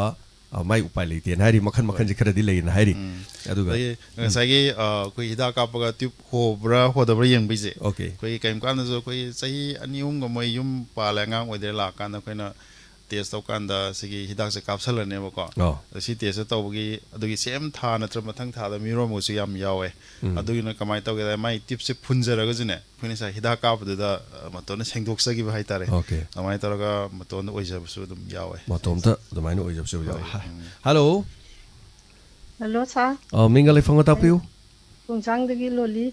ꯂꯣꯂꯤ ꯌꯥꯝ ꯅꯨꯡꯉꯥꯏꯖꯩ ꯁꯤꯒꯤ ꯊꯧꯔꯝ ꯁꯔꯨꯛ ꯌꯥꯕꯤꯔꯛꯄ ꯃꯤꯅꯤꯠ 15 ꯐꯥꯖꯤꯜꯂꯛꯇ꯭ꯔꯦ ꯊꯧꯔꯝꯁꯤꯗ ꯑꯗꯨꯝ ꯋꯥꯍꯪ ꯍꯪꯕꯤꯁꯤ ꯈꯔ ꯌꯥꯡꯅ ꯖꯔ ꯍꯪꯕꯤꯌꯨ ꯗꯣꯛꯇꯔꯗꯒꯤ ꯀꯩꯅꯣꯝꯇꯪ ꯈꯪꯖꯅꯤꯡꯕ ꯑꯩꯈꯣꯏꯒꯤ ꯅꯨꯄꯤꯒꯤ ꯃꯦꯟꯁ ꯂꯣꯏꯈ꯭ꯔꯕ ꯃꯇꯨꯡꯗꯅꯦ ꯂꯦꯞꯈ꯭ꯔꯕ ꯃꯇꯨꯡꯗ ꯑꯩꯈꯣꯏ ꯍꯛꯆꯥꯡꯗ ꯑꯍꯣꯡꯕ ꯀꯔꯤꯝꯇ ꯂꯥꯛꯇ꯭ꯔꯒꯗꯤ ꯗꯣꯛꯇꯔ ꯇꯥꯟꯅꯗ꯭ꯔꯒꯁꯨ ꯑꯗꯨꯝ ꯀꯩꯁꯨ ꯀꯥꯏꯗꯕ꯭ꯔꯥ ꯑꯗꯒꯤ ꯃꯦꯟꯁ ꯂꯦꯞꯈ꯭ꯔꯕ ꯃꯇꯨꯡꯗ ꯑꯩꯈꯣꯏꯅ ꯗꯣꯛꯇꯔ ꯑꯃ ताना थोपगी यंग मथौ थोपगी ताब्रा दरकार ओइब्रा सिमा खतंग छन मसा याम फबई वानी करीब तो प्रॉब्लम लेत्रगदी यारे दे करी बुये मुने गे ने को अदुदी थोदोक ताना निंगाई लेत्रे मदुदी सोना पिरकपदा अफबा हाइतारे कनागुम दम लये मा मोनोपोज केनोगी केनोसी एक तौगा हुमांग कांगबी खोपी कैसे करीम तौदबा अद कनागुम न मदुन मरम ओरगा न चही अमानी से तुम हुमांग कांगबी होदना खोतना तौबगी प्रॉब्लम क्या मरम सु दुम लेबि यावे हाइतारे ऐसी वफम तंग हाइ हाबियो हाबियो के स्माइना मेंस खम मतुंगदा साइ डॉक्टर ताना बाई सिगे मई लेना न मई पेशेंट हंगबो यावे कोगी सेक्शन तरावना इंजेक्शन का कापथौ कदरा कायना को मोइन हाइब इंजेक्शन जायामना कोगी HPV वैक्सीन नम लेबनेबा कैंसर गांथोकना भाइना कोगी अंगां खाव मसिंगी कैंसर अदो सिगे जे वैक्सीन जे याम कना कोई खरबदी या दो रोल जे खितंग नेम हाइजनिंगेबको वैक्सीन कापे मोता कोगी नपिंग पुंचिदा एवरी सही अहुम खुदिंगी कोई सागे अंगां खाव मसिंगी टेस्ट तौबा मा लेबको पेप स्मियरना अंगां खाव मसिंदा कैंसर ओइरक पगी चांस लेबराना ओइदिंगना खाउंदबगी यस हानंग याम गन डिटेक्ट तौना होय होय अदुगी दो तरोगदी ट्रीटमेंट जाम लायबको अदुगी जे सही अहुम खुदिंग अमु तौबसिना फैना हाइजनी अदो मसी करम नुपीना मसागी सही क्या सुबदगी तौ सही तुम युम पाला मतुंगदगी यारा युम पाला मतुंग सही अहुम गी मतुंगदा अदना अदम सही कुंतरेट हायरगेबको कुन सही कुंतरे कुंत्रा स्वादे युम पानरबनिना अदे तुम सही अहुम गी मनुंगदा अमुमुक तौबा अहुम कनागुम बचै कुनिथोय कुमाथोय नमै पालागा सो मोजु सही अहुम गी मतुंगदा टेस्ट याय अदु मोइदम चांग से कितंग नियमे सही खरा यामा खरा यामबदन पॉजिबिलिटी वा ओइबे खुदुंग थिबि चांगसे अदु सागे वैक्सीन जे कितंग कनो जे यामना हेंजन न सिनम दो अदु अदुमतने कोगे कि स्क्रीनिंग तौबजे सागे टेस्ट तौबजे ममनजु यामना तादमने अल्पा समापन मुक 900 मुक ओइबनेबको सिगे सही अहुम खुदिंग अमुक ngamdrasu एटलीस्ट सही मंगा मुक अमुक तौबसे सिने हेना फै हागनेबको टाइप ऑफ टेस्ट माइदि कर्म मोन ई दे तौब्र करी नत्ते कोगी सिदि अंगं खम मसिन दे मखा दगे कोगी तौगदमने ओके ई गुम गी नत्रे डॉक्टर मा येंगदबदि यारोको अदु सिजन हेना फैन हाइजनिंग मरमदि सागी वैक्सीन जे कापगजु कोगी सागी टेस्ट दि तौदबा यादेबा अदुना सी ओइना फैये कोगी हजकी अंगा कम मसिंगी कैंसर जे मुथक के हारगदि वैक्सीन कापसिना तेबा मरम धारगदि सागी टेस्ट याम कोइना तौबदुनेबा सही अहुम गोरा मंगा गोरा सिजे कोगी इंडिया जना खाइदि याम कैंसर की सर्वाइकल कैंसर हाइबा जकी अंगा खम मसिंगी जे मागी ओइबी चांग से सिने बर्डन हाइदि अवाब जे याम पिएबा सिदा line ngakthokpa yaba potneba khangawragadi irai laina ngakthokpa yabadu ngai chamapan gi tesina ne sahi ahum manga amung tawbudang sagi wari pose yam laina ngakthokpa ya poneng sai vaccine dagi hena sinena phain haijani okay ana hojiki wang hangbirami do moiju kesu problem nei traga sune sigi cancer gi tesi taw basi kanai haijani nge sada yamna nungai ne healthy one lebiraga su amuktang di haitare maduna anga khau machinda haitare hello tajare mingal ifong amtang habis kafin dagi shati kawje tapiu sarda ko salama tang hangja hoge hangbiu sar akogi mens khambaba pi amana khamgraba madung jida ko magi angang khawji da karigumba anaba ama lerapdagi angang khawji lothokhiba si asina maram oiraga nupi sigi masa sida mana tungi hingori ba matam se angang khaw yawdaba sina kari effect lakani ko punchi telan gadra gana khanwa lebro hangbi graba question hangde punchi ten gani gana pakhat pa lebi bra nate aina ne chum khangjaning ba ya angang khawji lothokraba matung sida anaba do makhan narakpa yabagi changsi wangbra wang sum khangjaning ba atopa na ba singa lakadra habiu adugumba ko noi khatpa oiro hang sida aduga amu first question na sima leijare ko adagi ani suba sina angang khawsida fibroid si lei hai gre ba ko yengba matam sida ado matam sum kaisu tawroi haraga hida pudi adum sare adagi mo matam khara leiraga ju thawai si wa na yenguga da pikti pishalame ba fibroid se pishalam ba si adum operation tawdana lokthokana sum manung sida leiba sida tungda angang khawsida sokpa kari lakadage question ani khasi phangjaning ba sa aham bida khogi angang khaw loktoga punchida kari akai ba piga dage habis asidi thodokpa leiroi ba ko khogi sidi hoy sigi my mens come matung zlok thokpani ne isa di kaimta khenaba lairo haijagani mangon ji laiba ahong mujing ji ko gi sahi no purok ahong mane na haijagani adon thodona kaiba leite ani su bada nang sagi magi fibroid ki da pakali ba se e fibroid se ko gi ngang khalo fibroid khunimak hidak chaba operation to bada kar oide lairiba fibroid na isa akaiba piri nungai ta piri kan ma ji treatment to godabane nungai ta bharagadi ko yam chamna harabada ko tha gi mens lak da puk yam naraba tha gi mens lak I yam chalaba adagi anganga oiba ngamdraba adagi ko gi puk taga paida matumam thengnaragadi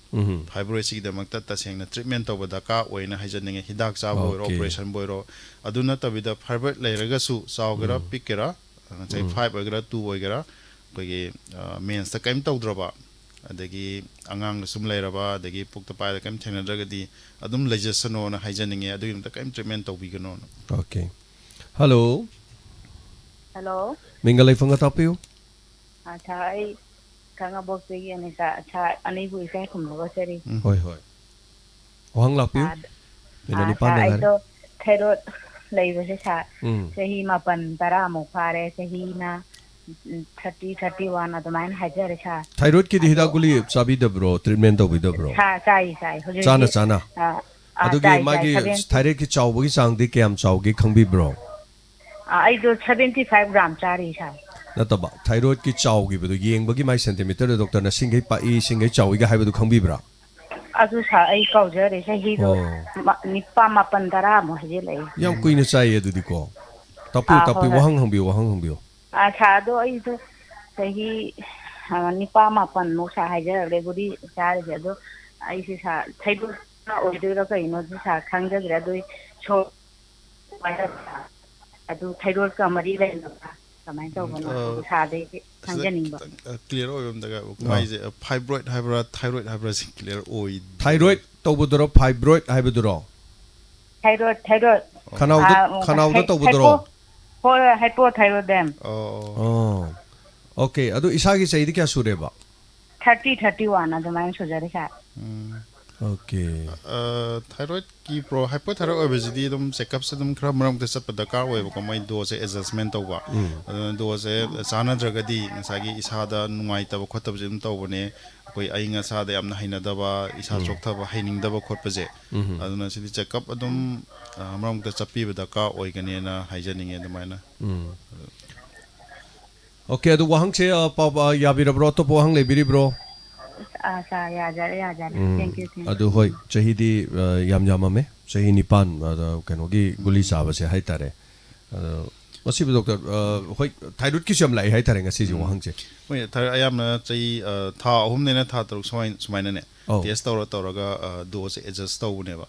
adara khoina ka khangjabadi tha hongi kano ga charadi masi am nem dhagi ba haiba tare yamna kano tong lebe sudum tawu thengna je hai je ma thyroid ki haiba si jina thyroid ki hoi fibroid ki di tha hom na tha taruk te na khoina hidak cha pina de hojiki fibroid tu na makhalamani fibroid ani se habir manaba se yamna conflict kano chakani hai tare aduna tha hom den hidak tha roi aduna thyroid obaduna ma chahi ni pan hen sare chagani hello sir ai hairo ki arun bala tapiu wahang hangbiu matam loi gadore hangbiu aina thara hangjani buje ai ji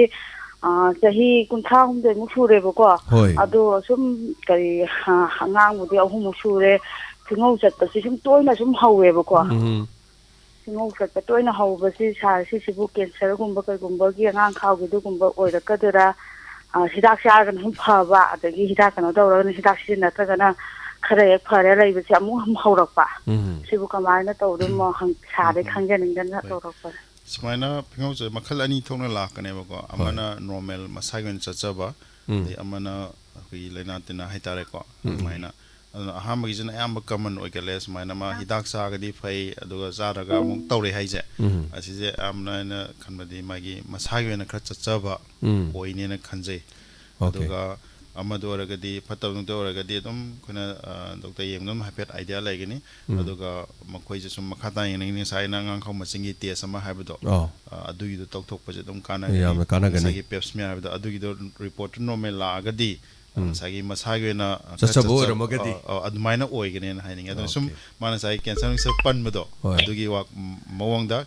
pep smear hajama ꯇꯧꯍꯟꯅꯤꯡꯉꯦꯅ ꯍꯥꯏꯒꯅꯤ Okay. Ngasagi fattabadagi chatpo oiramagadi. ꯍꯣꯏ ꯍꯣꯏ Ado ngana treatment tawba yai haitare. Hello. Hello. Oh. Sir, I irengwamdagi babita. Irengbamdagi babita. Hangbiyo hangbiyo. Wa kamta hangjage sir. Haibiyo. Sir, I che angang ani sure ado angang je mironba matamda tha tariet ek subaga akhoi ising kangbase hekta tawba. Ado si kari problem oidoino matam do da yengba kandabudi kesubudi haidabado isada test tawbatusu kesubudi laite tho adu makha taba chumai amuk mironba matamda so si problem sila kadrana. Angang animak unakibada ising kangbado dum thokibro. Aw animak loina tawi sir. Ado problem di kasu oigidabro. Aw kesubudi oigide matamdo ado operation di loina animak oiba. CS ta loi tawreba ko. Aw hoi sir. ꯑꯉꯥꯡ ꯊꯥ ꯀꯌꯥꯗ ꯄꯣꯛꯏꯅꯣ ꯑꯅꯤꯁꯦ ꯊꯥ ꯁꯨꯈꯤꯕ꯭ꯔꯥ ꯑꯗꯨꯝ ꯑꯧ ꯊꯥꯗꯤ ꯊꯥ 9ꯗ ꯑꯗꯨꯝ ꯄꯣꯛꯑꯦ ꯉꯁꯥꯏꯒꯤ ꯏꯁꯤꯡ ꯀꯪꯕ ꯑꯣꯏꯕꯅꯤꯅ 9ꯗ ꯑꯗꯨꯝ ꯄꯣꯛꯈꯤꯕ ꯀꯔꯤ ꯍꯥꯏꯕꯤꯕ ꯑꯗꯣ ꯑꯗꯨꯝ ꯑꯉꯥꯡꯗꯤ ꯑꯗꯨꯝ ꯍꯧꯖꯤꯛ ꯀꯩꯁ ꯇꯧꯗꯕꯅꯤꯅꯅꯦ ꯑꯗꯨꯝ ꯃꯊꯪꯒꯤ ꯑꯗꯨꯝ ꯃꯣꯏ ꯄꯥꯝꯃꯁꯨ ꯄ꯭ꯂꯥꯟ ꯇꯧꯕ ꯌꯥꯒꯅꯤ ꯑꯗꯨꯝ ꯌꯦꯡꯉꯒ ꯌꯥꯅꯤꯌꯦ ꯌꯥꯝ ꯀꯟꯅ ꯁꯤꯒꯤ ꯏꯁꯤꯡ ꯀꯪꯕꯁꯦ ꯑꯩꯈꯣꯏꯅ ꯄ꯭ꯔꯣꯕ꯭ꯂꯦꯝ ꯂꯩꯔꯒ ꯀꯪꯕ ꯑꯃ ꯃꯁꯥꯒꯤ ꯑꯗꯨꯝ ꯈꯔ ꯍꯟꯊꯖꯕ ꯍꯥꯏꯕ ꯂꯥꯛꯀꯅꯦꯕ ꯑꯗꯨꯅ ꯉꯁꯥꯏꯒꯤ ꯄ꯭ꯔꯣꯕ꯭ꯂꯦꯝ ꯑꯣꯏꯔꯒꯗꯤ ꯑꯩꯈꯣꯏꯒꯤ ꯂꯩꯅꯥ ꯑꯇꯣꯞꯄ ꯄ꯭ꯔꯣꯕ꯭ꯂꯦꯝ ꯑꯣꯏꯔꯒꯗꯤ ꯃꯥꯒꯤꯗꯣ ꯑꯉꯥꯡ ꯑꯗꯨꯝ ꯈꯤꯇꯪ ꯐꯔꯛ ꯇꯥꯒꯗꯕꯅꯦꯕꯀꯣ ꯑꯗꯨꯝ ꯑꯣꯏꯗꯕꯅꯤꯅ ꯃꯁꯥ ꯑꯣꯏꯅ ꯈꯔ ꯍꯟꯊꯖꯕꯒꯤ ꯃꯑꯣꯡꯗꯅꯦꯅ ꯍꯥꯏꯖꯅꯤꯡꯉꯦ ꯑꯉꯥꯡꯁꯨ ꯀꯩꯁꯨ ꯇꯧꯗꯕꯅꯤꯅ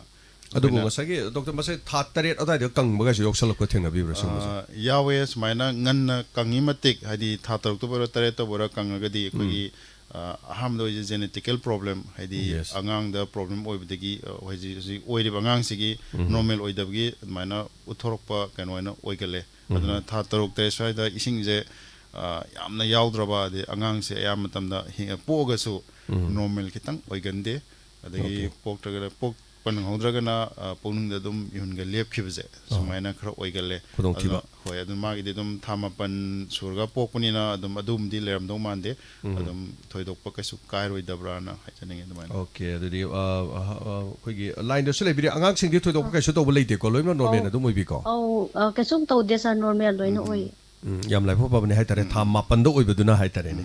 ꯑꯗꯣ ꯑꯇꯣꯞꯄ ꯑꯉꯥꯡꯒꯤ ꯄ꯭ꯂꯥꯟ ꯇꯧꯔꯒꯁꯨ ꯗꯣꯛꯇꯔ ꯑꯗꯨꯝ ꯇꯥꯟꯅꯕꯤꯔꯒꯀꯣ ꯃꯇꯨꯡꯗ ꯃꯁꯤ ꯃꯃꯥꯡꯗ ꯊꯣꯛꯈꯤꯕꯗꯨ ꯖꯦꯅꯦꯇꯤꯀꯦꯜ ꯑꯣꯏꯔꯝꯃꯒꯗꯤ ꯃꯦꯕꯤ ꯑꯣꯏꯕꯁꯨ ꯌꯥꯏ ꯑꯗꯨꯒ ꯑꯣꯏꯍꯟꯗꯅꯕ ꯀꯩꯀꯩ ꯂꯩꯒꯦ ꯑꯗꯣ ꯗꯣꯛꯇꯔꯒ ꯇꯥꯟꯅꯕꯝꯗꯤ ꯆꯪꯗꯧ ꯃꯥꯜꯂꯦꯀꯣ ꯊꯦꯡꯛ ꯌꯨ ꯁꯥꯔ ꯑꯗꯨꯗ ꯈꯪ ꯌꯥꯝ ꯅꯨꯡꯉꯥꯏꯖꯔꯦ ꯁꯔꯨꯛ ꯌꯥꯕꯤꯔꯛꯄ ꯑꯗꯨꯒ ꯉꯁꯤꯒꯤ ꯊꯧꯔꯝ ꯃꯤꯅꯤꯠ ꯌꯥꯝꯁꯤꯜꯂꯛꯇ꯭ꯔꯦ ꯊꯧꯔꯝꯁꯤꯗ ꯁꯔꯨꯛ ꯌꯥꯕꯤꯔꯤꯕꯁꯤꯡ ꯑꯗꯨꯒ ꯂꯥꯏꯚꯇ ꯂꯩꯕꯤꯔꯤꯕꯁꯤꯡ ꯍꯥꯟꯅ ꯊꯥꯒꯠꯆꯩ ꯑꯗꯨ ꯍꯜꯂꯣ ꯍꯜꯂꯣ ꯁꯥꯔ ꯑꯩ ꯐꯣꯟ ꯇꯧꯖꯔꯛꯏꯕ ꯀꯥꯏꯔꯟꯕꯤ ꯈꯣꯛꯇꯒꯤ ꯁꯟꯙ꯭ꯌꯥꯔꯥꯅꯤ ꯁꯟꯙ꯭ꯌꯥꯅꯤ ꯋꯥꯍꯪ ꯍꯪꯕꯤꯁꯤ ꯍꯣꯏ ꯁꯥꯔ ꯑꯅꯤꯕꯨ ꯑꯍꯥꯟꯕꯗ ꯏꯀꯥꯏ ꯈꯨꯝꯅꯕ ꯎꯠꯆꯔꯤ ꯑꯩꯅ ꯁꯥꯔ ꯗꯣꯛꯇꯔꯗꯒꯤ ꯍꯪꯖꯅꯤꯡꯕꯁꯦ ꯑꯩꯁꯦ ꯑꯍꯥꯟꯕꯗ ꯑꯩꯁꯨ ꯏꯆꯥꯅꯨꯄꯤ 2 ꯂꯩꯌꯦꯕ ꯑꯩꯒꯤ ꯁꯥꯔ ꯑꯗꯣ ꯏꯆꯥꯅꯨꯄꯤ ꯑꯇꯣꯝꯕꯤꯁꯦ ꯆꯍꯤ 8-9 ꯁꯨꯔꯛꯄ ꯑꯗꯨꯋꯥꯏꯗꯒꯤ ꯑꯩꯁꯦ ꯑꯗꯨꯝ 3 ꯁꯨꯕ ꯏꯆꯥꯅꯨꯄꯥ ꯑꯃꯇꯪ ꯐꯪꯅꯕꯅ ꯑꯩꯁꯦ ꯑꯗꯨꯝ ꯇ꯭ꯔꯥꯏ ꯇꯧꯖꯕꯅꯤ ꯑꯗꯣ ꯑꯩꯁꯦ ꯂꯥꯏꯕꯛ ꯊꯤꯕ ꯍꯥꯏꯒꯗ꯭ꯔꯥ ꯁꯥꯔ ꯁꯨꯡꯌꯥ ꯌꯥꯗꯕ ꯑꯗꯨꯒ ꯁꯨꯝ ꯇ꯭ꯔꯤꯠꯃꯦꯟꯁꯦ ꯁꯨꯝ ꯇꯧꯔꯒ ꯂꯥꯛꯄꯁꯤꯗ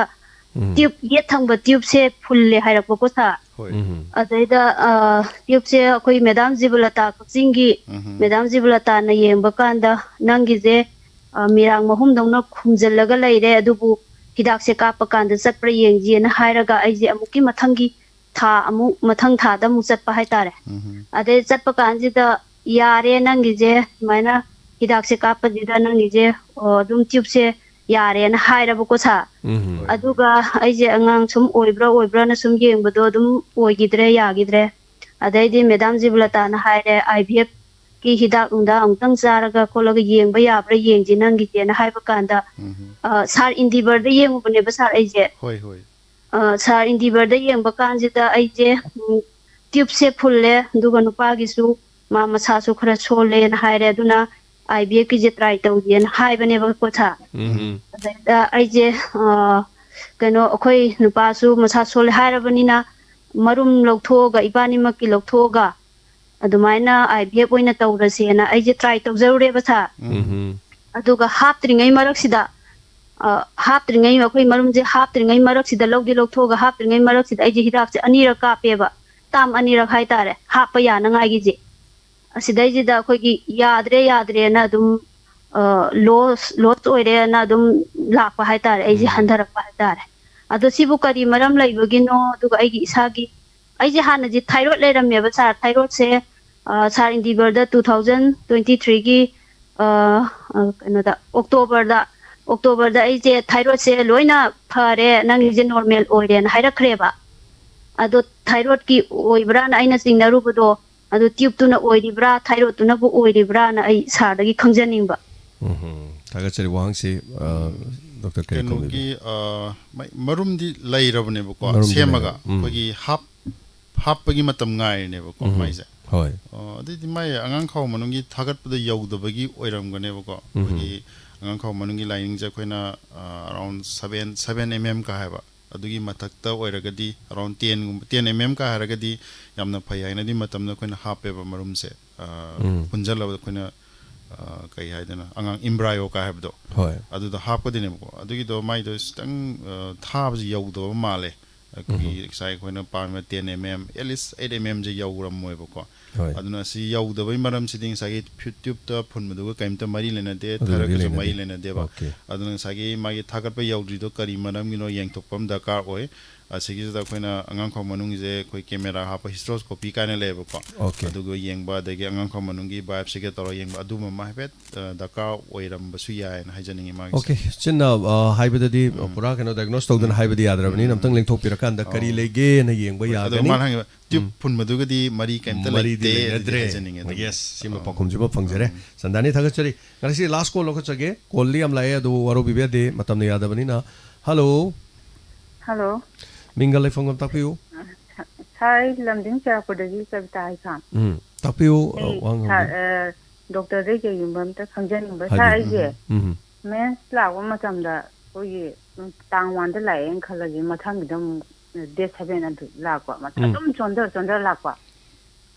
ꯑꯗꯒꯤ ꯑꯗꯨꯒ ꯂꯥꯛꯑꯁꯨ ꯑꯩꯈꯣꯏꯒꯤ ꯏꯁꯦ ꯅꯣꯡꯃ ꯈꯛꯇꯪ ꯆꯠꯂꯝꯕ ꯑꯗꯨꯗꯒꯤ ꯆꯠꯈꯤꯗꯕ ꯆꯍꯤ ꯀꯌꯥ ꯁꯨꯔꯒꯦ ꯏꯁꯥꯒꯤ ꯆꯍꯤ 39 ꯁꯨꯗꯣꯔꯦ ꯁꯥꯔ 39 ꯑꯗꯨꯒ ꯑꯩꯁꯦ ꯑꯉꯥꯡꯁꯦ ꯑꯣꯏꯔꯒ ꯁꯥꯔ ꯑꯩꯁꯦ ꯑꯉꯥꯡ ꯑꯍꯟ ꯏꯆꯥꯅꯨꯄꯤ ꯑꯍꯟꯁꯦ ꯄꯣꯛꯈꯤꯕ ꯃꯇꯨꯡꯗꯩꯗꯤ ꯑꯉꯥꯡꯁꯦ ꯑꯗꯨꯝ ꯃꯤꯍꯨꯟ ꯁꯨꯡꯐꯪ ꯐꯪꯗꯕ ꯑꯉꯥꯡꯁꯦ ꯑꯣꯏꯔꯒ ꯑꯣꯀꯦ ꯑꯗꯨ ꯁꯥꯔ ꯀꯃꯥꯏꯅ ꯇꯧꯋꯤ ꯑꯗꯨꯗꯤ ꯑꯉꯥꯡꯁꯤ ꯏꯆꯥ ꯑꯍꯟ ꯂꯩꯕꯗꯨꯗꯒꯤ ꯃꯈꯥꯗꯤ ꯂꯩꯇ꯭ꯔꯦꯀꯣ ꯑꯉꯥꯡ ꯑꯅꯤꯕꯨꯗꯤ ꯁꯨꯖꯔꯦ ꯁꯥꯔ ꯑꯗꯣ ꯃꯥꯗ ꯑꯩꯈꯣꯏ ꯑꯉꯥꯡ ꯑꯍꯟꯒꯤ ꯃꯈꯥꯗ ꯃꯤꯍꯨꯟ ꯐꯪꯗꯅ ꯑꯉꯥꯡ 4 ꯁꯨꯔꯦꯕ ꯂꯧꯊꯣꯛꯈꯤꯕꯁꯦ ꯑꯣꯀꯦ ꯑꯗꯨ ꯃꯈꯥꯗ ꯑꯗꯩ ꯀꯣꯟꯅ ꯆꯍꯤ 1-2 ꯍꯤꯗꯥꯛ ꯐꯖꯅ ꯆꯥꯔꯒ ꯀꯣꯟꯅ ꯅꯤꯄꯥꯃꯨꯛꯇꯤ ꯌꯥꯎꯖꯔꯕ ꯑꯣꯀꯦ ꯑꯗꯣ ꯉꯁꯥꯏ ꯄꯜꯁ ꯌꯥꯝꯅꯒ ꯃꯥꯡꯉꯤ ꯃꯔꯝꯁꯤ ꯀꯔꯝꯍꯥꯏꯅ ꯇꯧꯕꯅꯣ ꯈꯣꯠꯄꯅꯣꯒ ꯈꯪꯅꯤꯡꯕ ꯃꯥꯜꯂꯦ ꯑꯉꯥꯡ ꯃꯈꯥ ꯄ꯭ꯂꯥꯟ ꯂꯩꯔꯤꯕ꯭ꯔꯥ ꯍꯧꯖꯤꯛ ꯑꯗꯨꯕꯨꯗꯤ ꯂꯩꯖꯗꯦ ꯁꯥꯔ ꯑꯗꯨꯔꯒꯁꯨ ꯉꯁꯥꯏꯒꯤ ꯃꯔꯛꯇ ꯃꯥꯡꯈꯤꯕ ꯃꯤꯍꯨꯟ ꯃꯥꯡꯉꯤꯗꯨ ꯀꯔꯤꯒꯤꯅꯣ ꯈꯪꯖꯅꯤꯡꯕ ꯍꯥꯏꯇꯥꯔꯦꯅꯦꯀꯣ ꯈꯪꯖꯅꯤꯡꯕ ꯑꯗꯨꯒ ꯑꯩꯈꯣꯏꯒꯤ ꯏꯁꯨ ꯌꯥꯝꯅ ꯂꯥꯛꯇꯕ ꯅꯣꯡꯃꯈꯛ ꯂꯥꯛꯄ ꯑꯗꯨ ꯆꯥꯡꯁꯨ ꯌꯥꯝ ꯅꯥꯏꯗꯕ ꯃꯦꯟꯁꯨ ꯈꯔ ꯆꯦꯟꯅꯕ ꯍꯥꯏꯇꯥꯔꯦ ꯑꯗꯨꯒꯤ ꯀꯔꯤ ꯄꯥꯎꯈꯨꯝ ꯀꯔꯤ ꯍꯥꯏꯕꯤꯌꯨ ꯌꯥꯏ ꯁꯤꯒꯤ 1 day 2 day ꯂꯥꯏ ꯑꯗꯨꯝ ꯏꯁꯥꯒꯤꯗꯤ ꯅꯣꯔꯃꯦꯜꯅꯦꯅ ꯂꯧꯕꯤꯕ ꯌꯥꯏꯌꯦ ꯑꯩꯈꯣꯏꯒꯤ ꯃꯌꯥꯝꯒꯤ ꯍꯥꯏꯅ 4-5 days ꯍꯥꯏꯕꯁꯤ ꯅꯨꯄꯤ ꯂꯣꯏꯅꯃꯛ ꯁꯨꯃꯥꯏꯅ ꯆꯠꯀꯅꯤ ꯍꯥꯏꯕ ꯂꯩꯇꯦꯕꯀꯣ ꯑꯩꯈꯣꯏꯒꯤ ꯑꯩꯅꯁꯨ ꯉꯁꯥꯏ ꯃꯃꯥꯡꯗ ꯍꯥꯏꯈꯤꯕ ꯊꯥ 2 ꯃꯅꯨꯡꯗ ꯑꯃꯨꯛꯇꯪ ꯂꯥꯛꯑꯕ ꯑꯗꯒꯤ 1 day ꯑꯣꯏꯒꯦꯔꯥ 2 days ꯑꯣꯏꯒꯦꯔꯥ ꯑꯗꯨ ꯂꯥꯛꯏꯗꯣ ꯏꯁꯥꯒꯤꯗꯤ ꯅꯣꯔꯃꯦꯜꯅꯦꯅ ꯂꯧꯕꯤꯒꯅꯤ ꯁꯤꯒꯤꯁꯦ ꯆꯞ ꯆꯥꯕ ꯐꯤꯛꯁ ꯂꯩꯇꯦꯕ ꯍꯥꯏꯗꯤ 30 days ꯈꯨꯗꯤꯡꯒꯤ ꯂꯥꯛꯀꯗꯕꯅꯦ ꯅꯨꯃꯤꯠ 5ꯅꯤ ꯆꯠꯀꯗꯕꯅꯦ ꯍꯥꯏꯕ ꯐꯤꯛꯁ ꯑꯝꯇ ꯂꯩꯇꯦ ꯇꯥꯡ 1ꯗ ꯂꯥꯛꯀꯗꯧꯅꯦ ꯍꯥꯏꯕ ꯂꯩꯇꯦ ꯉꯁꯥꯏꯒꯤ 1 day 2 days ꯂꯥꯛꯏꯗꯣ ꯑꯗꯨꯝ ꯏꯁꯥꯒꯤꯗꯤ ꯅꯣꯔꯃꯦꯜꯅꯦꯅ ꯂꯧꯕꯤꯌꯣ ꯑꯗꯨꯒꯤꯃꯇ ꯌꯥꯝ ꯀꯟꯅ ꯀꯩꯁꯨ ꯇꯧꯕ ꯗꯔꯀꯥꯔ ꯑꯣꯏꯗꯦꯅ ꯍꯥꯏꯖꯅꯤꯡꯉꯤ ꯑꯗꯣ ꯉꯁꯥꯏꯒꯤ ꯄꯜꯁ ꯍꯦꯛ ꯃꯥꯡꯉꯦ ꯍꯥꯏꯕꯗꯨꯒꯤ ꯃꯔꯝꯗꯤ ꯀꯔꯤ ꯈꯪꯕꯤꯒꯦ ꯁꯤꯒꯤꯁꯦ ꯑꯩꯈꯣꯏꯒꯤ ꯑꯃꯨꯛꯇꯪ ꯇꯧꯕ꯭ꯔꯥ ꯍꯟꯖꯟ ꯇꯧꯕ꯭ꯔꯥ ꯍꯥꯏꯕ ꯑꯃ ꯂꯥꯛꯀꯅꯤ ꯑꯃꯨꯛꯇꯪ ꯇꯧꯕꯁꯤꯗꯤ ꯑꯌꯥꯝꯕꯅ ꯑꯩꯈꯣꯏꯒꯤ ꯑꯣꯏꯔꯤꯕ ꯑꯉꯥꯡꯗꯨꯒꯤ ꯑꯣꯏꯕ ꯖꯦꯅꯦꯇꯤꯛ ꯄ꯭ꯔꯣꯕ꯭ꯂꯦꯝꯒꯤ ꯁꯣꯏꯅꯥꯏꯅ ꯄꯣꯛꯀꯗꯕ ꯑꯉꯥꯡꯗꯣ ꯑꯩꯈꯣꯏꯒꯤ ꯏꯁꯣꯔꯅ ꯃꯇꯣꯟꯗ ꯃꯥꯡꯖꯈꯤꯕꯅꯦꯅ ꯍꯥꯏꯒꯅꯤ ꯑꯗꯣ ꯀꯩꯒꯨꯝꯕ 2-3 ꯍꯟꯖꯟ ꯇꯧꯔꯒꯗꯤ ꯃꯃꯥ ꯅꯠꯇ꯭ꯔꯒ ꯃꯄꯥꯗ ꯖꯦꯅꯦꯇꯤꯛꯀꯤ ꯄ꯭ꯔꯣꯕ꯭ꯂꯦꯝ ꯂꯩꯕꯗꯒꯤ ꯑꯉꯥꯡꯗ ꯑꯗꯨꯝ ꯍꯟꯖꯟ ꯇꯧꯔꯒ ꯇꯧꯕꯒꯤ ꯃꯑꯣꯡꯗ ꯍꯥꯏꯔꯛꯀꯅꯤ ꯏꯁꯣꯔꯒꯤ ꯀꯩꯅꯣꯅꯦ ꯍꯥꯏꯇꯥꯔꯦ ꯁꯣꯏꯒꯗꯧꯕꯩ ꯁꯔꯨꯛ ꯂꯩꯔꯒꯗꯤ ꯃꯗꯨ ꯃꯁꯥꯅ ꯃꯥꯡꯍꯟꯖꯔꯛꯄꯁꯨ ꯑꯗꯨꯝ ꯌꯥꯎꯕꯖꯥꯠꯅꯤ ꯍꯥꯏꯇꯥꯔꯦ ꯃꯄꯨꯡ ꯐꯥꯔꯣꯏꯗꯧꯕꯗꯣ ꯃꯄꯨꯡ ꯐꯥꯔꯛꯇꯅ ꯊꯣꯛꯂꯛꯄꯅꯤ ꯍꯥꯏꯇꯥꯔꯦꯅꯦ ꯁꯤꯒꯤ ꯑꯅꯤꯁꯤꯗꯤ ꯑꯩꯈꯣꯏꯅ ꯇ꯭ꯔꯤꯠꯃꯦꯟ ꯇꯧꯕꯗ ꯊꯣꯏꯗꯣꯛꯄ ꯇ꯭ꯔꯤꯠꯃꯦꯟ ꯂꯩꯇꯦ ꯑꯗꯨꯒ ꯑꯍꯨꯝꯁꯨꯕꯗꯅ ꯑꯩꯈꯣꯏꯒꯤ ꯃꯃꯥꯗ ꯑꯩꯈꯣꯏꯒꯤ ꯑꯣꯇꯣ ꯏꯝꯃ꯭ꯌꯨꯟꯒ ꯍꯥꯏꯕ ꯂꯥꯏꯅꯥ ꯈꯔ ꯂꯩꯌꯦ ꯃꯈꯣꯏꯁꯦ ꯂꯩꯔꯒꯗꯤ ꯑꯩꯈꯣꯏꯒꯤ ꯑꯉꯥꯡꯁꯦ ꯈꯤꯇꯪ ꯃꯤꯍꯨꯟꯒ ꯂꯥꯛꯄ ꯀꯥꯟꯗ ꯑꯩꯈꯣꯏ ꯑꯦꯟꯇꯤꯕꯣꯗꯤꯁ ꯀꯥꯏꯅ ꯈꯔ ꯆꯪꯁꯤꯜꯂꯒ ꯑꯉꯥꯡꯒꯤ ꯃꯤꯍꯨꯟꯁꯦ ꯂꯦꯞꯍꯟꯕ ꯃꯈꯣꯏꯒꯤꯗꯤ ꯑꯩꯈꯣꯏꯅ ꯇ꯭ꯔꯤꯠꯃꯦꯟꯁꯦ ꯇꯧꯕ ꯉꯝꯃꯦ ꯑꯩꯈꯣꯏ SLE ꯀꯥꯏꯅ ꯍꯥꯏꯐꯦꯠ ꯃꯌꯥꯝ ꯇꯥꯟꯅꯕꯗꯣ SLEꯒ ꯅꯥꯔꯒꯗꯤ ꯁꯨꯝꯕꯁꯦ ꯈꯔ ꯇꯧꯒꯜꯂꯦ ꯑꯗꯨꯅ ꯃꯈꯣꯏꯗꯤ ꯑꯩꯈꯣꯏꯅ ꯏꯟꯖꯦꯛꯁꯟꯒꯨꯝꯕ ꯇꯦꯕ꯭ꯂꯦꯠꯀꯨꯝꯕ ꯈꯔ ꯄꯤꯔꯒ ꯑꯉꯥꯡꯁꯦ ꯅꯣꯔꯃꯦꯜ ꯑꯣꯏꯕ ꯑꯉꯥꯡꯁꯦ ꯀꯟꯕ ꯉꯝꯕꯒꯤ ꯈꯨꯗꯣꯡꯆꯥꯕ ꯈꯔ ꯂꯩꯌꯦꯅ ꯍꯥꯏꯖꯅꯤꯡꯉꯤ ꯑꯣꯀꯦ ꯌꯥꯝ ꯅꯨꯡꯉꯥꯏꯖꯔꯦ ꯉꯁꯤꯒꯤ ꯊꯧꯔꯝꯗ ꯂꯦꯡꯁꯤꯟꯕꯤꯔꯛꯇꯅ ꯌꯥꯎꯕꯤꯔꯤꯕ ꯃꯌꯥꯝ ꯄꯨꯝꯅꯃꯛꯄꯨꯁꯨ ꯊꯥꯒꯠꯆꯔꯤ ꯃꯈꯥ ꯇꯥꯕ ꯀꯣꯜ ꯂꯧꯈꯠꯆꯗ꯭ꯔꯦ ꯑꯗꯨꯒ ꯌꯥꯝ ꯅꯨꯡꯉꯥꯏꯖꯔꯦ ꯉꯁꯤꯒꯤ ꯊꯧꯔꯝ ꯑꯁꯤꯗ ꯐꯦꯁ ꯇꯨ ꯐꯦꯁꯀꯤ ꯊꯧꯔꯝꯗ ꯑꯩꯈꯣꯏꯒꯤ doctor ꯙꯥꯅꯦꯁꯣꯔ Phijam ꯂꯦꯡꯁꯤꯟꯕꯤꯗꯅ mapung phanbiba aduga gynecologist and infertility gi specialist oina she's a hospital de supu biri ba haiba tare to do nona dum yam section be masigi yam kana ba topic hairagadi tha ohum khuding inupi sing na masagi chahi 30 plus lairagadi madu check tok tok pi ba khudong thiba kya de ngak thong na ba gi haiba tare makal kya marum lairiba sing aduga yeng dana isana diagnose to budi yaroi thyroid lairga so thyroid ki aduga UTI warga so UTI ki masidi check to bi haiba tare aduna thagachari doctor matam bibi ba aduga mathangi session amada mo haiba tare mari leina ba sigi leina sidi ngasi ngangarga loiba natabani na aduna ko radio se tabiri ba TV si yeng biri ba ponomak akoi gi lojing loya khungang gi lerbi maibel sing da koina knowledge oina na ba pijabani ngasi nang hodra ga su program si hanjalaga soidena tabiyo loina na mathangi ayuk ta su akoina hariba sigi dum repeat broadcast dumak tokjagini Dr. Bahana na thagachari ngasi gi thoromda putok piriba diamond donors team loina na Lily drinking water diamond gi family me apun ma busu hana na thagachari Bonama po kurum jari, Dr. Basu kurum jari.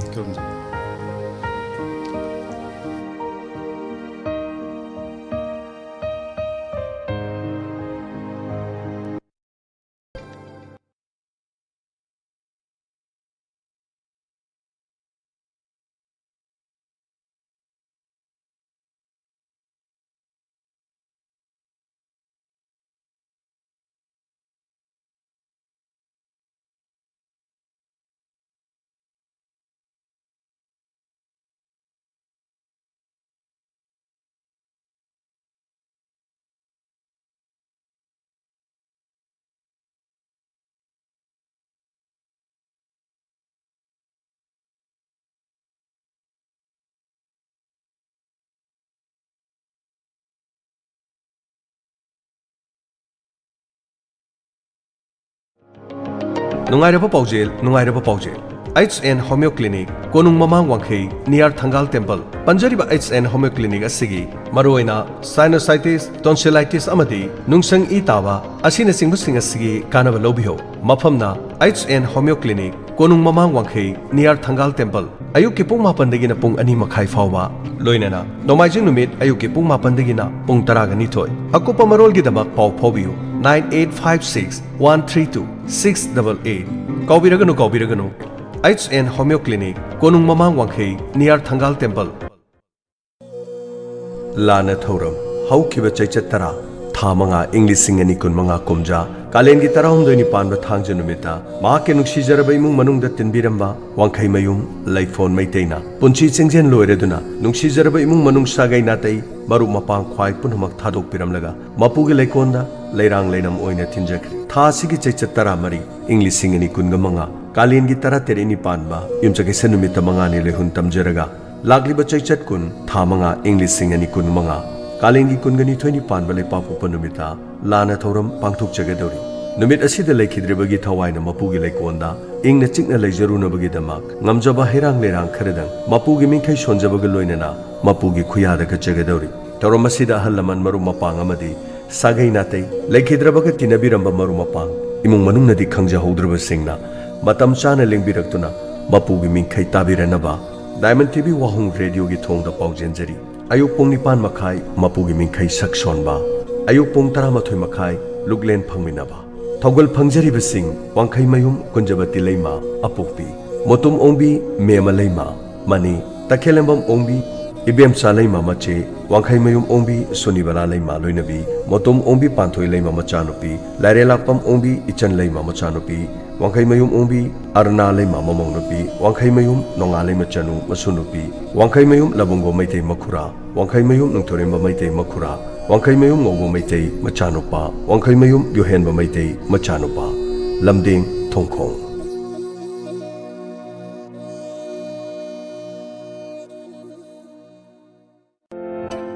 Perfect College or University Thibiribra. Housing Madugi the Maktoina Waningai Oidri. Manipur Idu Mentor Namiamda, Yamna Kanagadaba, Amadi, Nungaiba Pau Omapuzerli. English Singani Kunmangagi Oina, Admission Guidance Ki Kudong Chaba, Piva Hoseri. India Gi Oina, Top College Sing Kanba Amadi, Akanava College Sing, Amadi, University Gi Oina. Lupali Sing Mangadagi, Listen Kunmanga Paubagi, Scholarship Pauba Yauna, Kudong Chaba, Pangbigani. Engineering Digi Hauraga, Hotel Management Pauba, Agriculture Digina, Paramedical Paubagi, Adomadongi, Adoma Pama course Kudimaki guidance Pizari. College Natra University Kanbada, Yamna Laina, Clicks Karada, Kanbayari. hauji phawba chamamnaba leibiragadi aikhogi expert counselor singna adongi family singbu guide taunanaba leizari adongi manglang ma phawnabada mateng soidena pangjai maram asina adongi tungi punchigi dama ngasi mak plan tawba hobiro aikhogi head office first floor gypsy building Pauna Bazaar Imphal amadi Thobal office ki oina Thobal Wangmataba Jobel building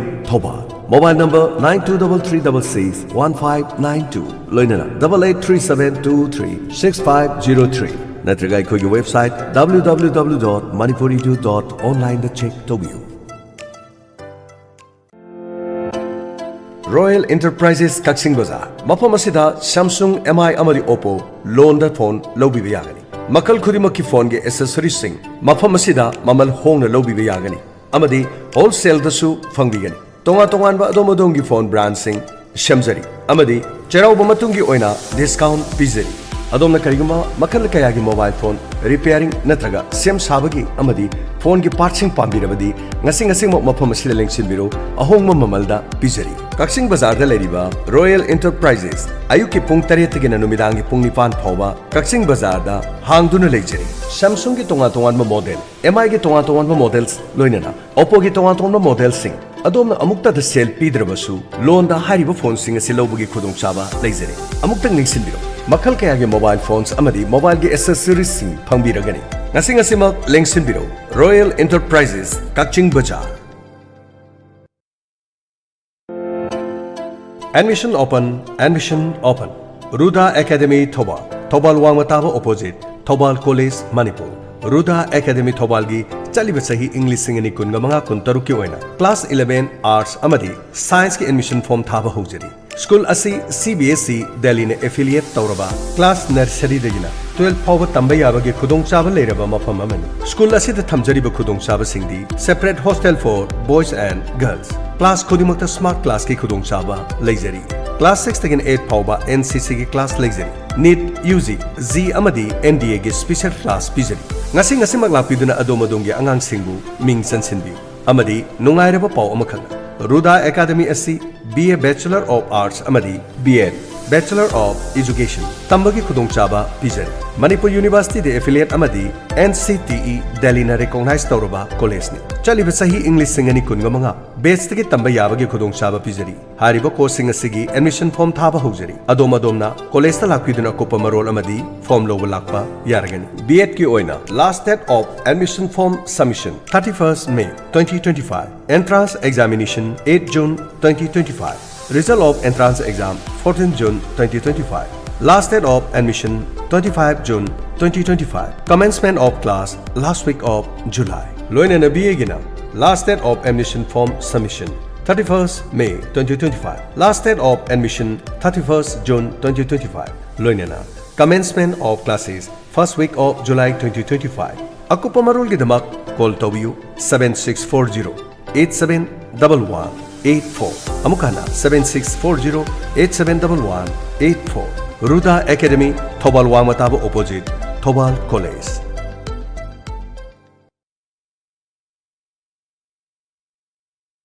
KB Foundation for NEET and G, Upper Floor AI Dental Wangjing Bazaar, Hairok Lamkhai.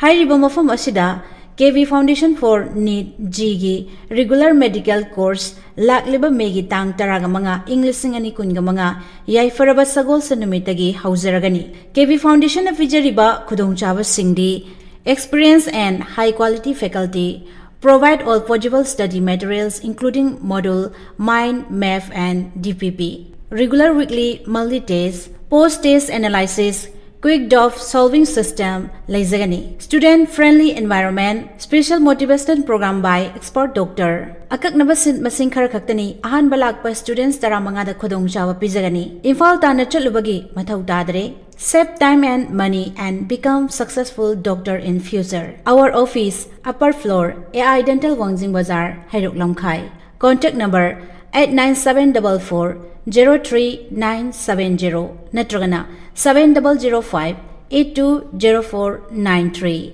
KV Foundation, NEET and G, Upper Floor, AI Dental Wangjing Bazaar, Hairok Lamkhai.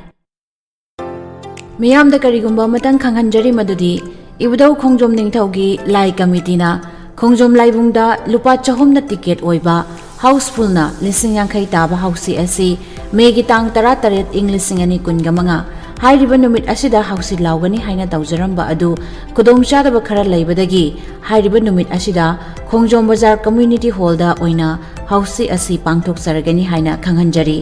खंगहनजरीबा खोंजोम लाइबुंग lie committee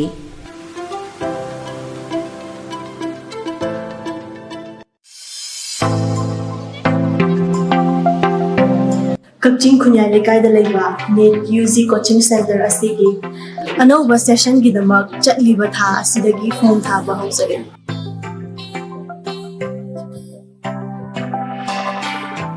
हारिबा session असी लाक्लिबा जून थादगी सुमशोशोनेगा हौजरे institute असिना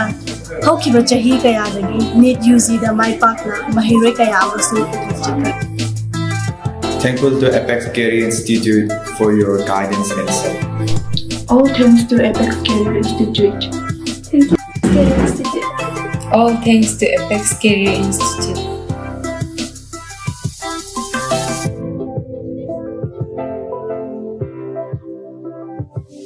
Mahitong pamsal asi well qualified oiraba oza singna takpi tampiri. Arapa mafam dagi lakpiriba mahiroi singgi damakta tongan-tongana nupi macha amasung nupa macha gi laifamgi kudong chaba adusa pizari. Ako pamarugi damak pizari ba number asida o pabiro. Adom na Dr. Oining bagi mga nadugo mangfang na mapam na badi. Nasimak Apex Career Institute asida mention biro.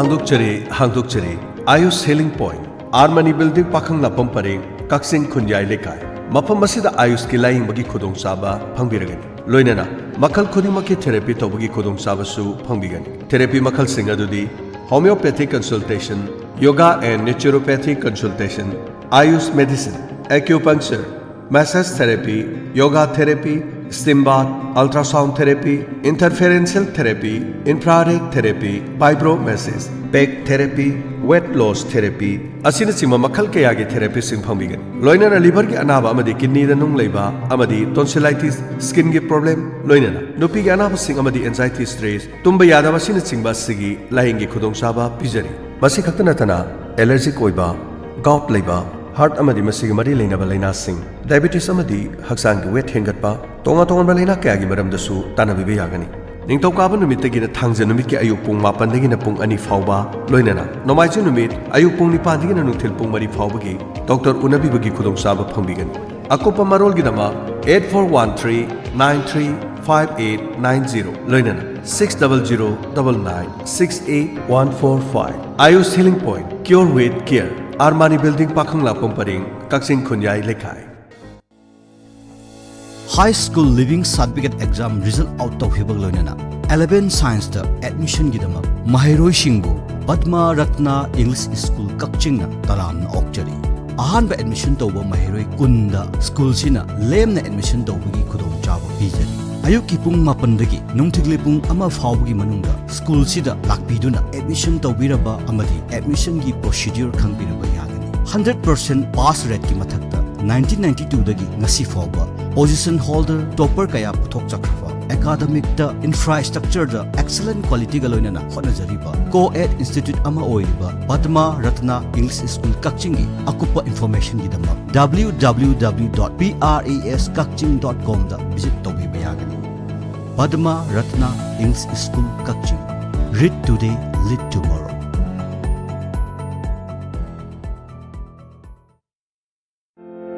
Hangdokchari Ningthem Eye Care and Optical Computerized Eye Testing Mafamna Arongthong Opposite Oil Pump near District Hospital Thawal Ningthem Eye Care and Optical asi Saisakpi Chanchangi Thongangi Hekmachinda hangduna leijare Mafam asida tonga khudong chaba kaya marum pijari Mafam asida free eye checkup tawbagi amadi frame amadi lens da 30% ta khudong chaba pijari adomna season hariba frame adu kariguma tha taruk phawgi manungda tekhrabadi Mafam asida free da sinjagani Ningthem Eye Care and Optical hariba asigi tonga ba khudong chaba singdi pediatric eye care contact lens service comprehensive eye exam loinana tonga tonga bra treatment sing tawjari basing adudi eye allergies eye infection eye inflammation eye injuries loinana dry eye hari basing asi mafam asida layeng bagi khudong chaba phangbigen loinana mafam asida tonga tonga ba hausigi matamda seasonary ba frame amadi lens camera phangbigani akupa marol gi dama call to view 8787344541 amukahna 8787344541 arong thongda leiriba oil pump asigi opposite ta leizere ngasi ngasi magleng sinbiro ningthem eye care and opticals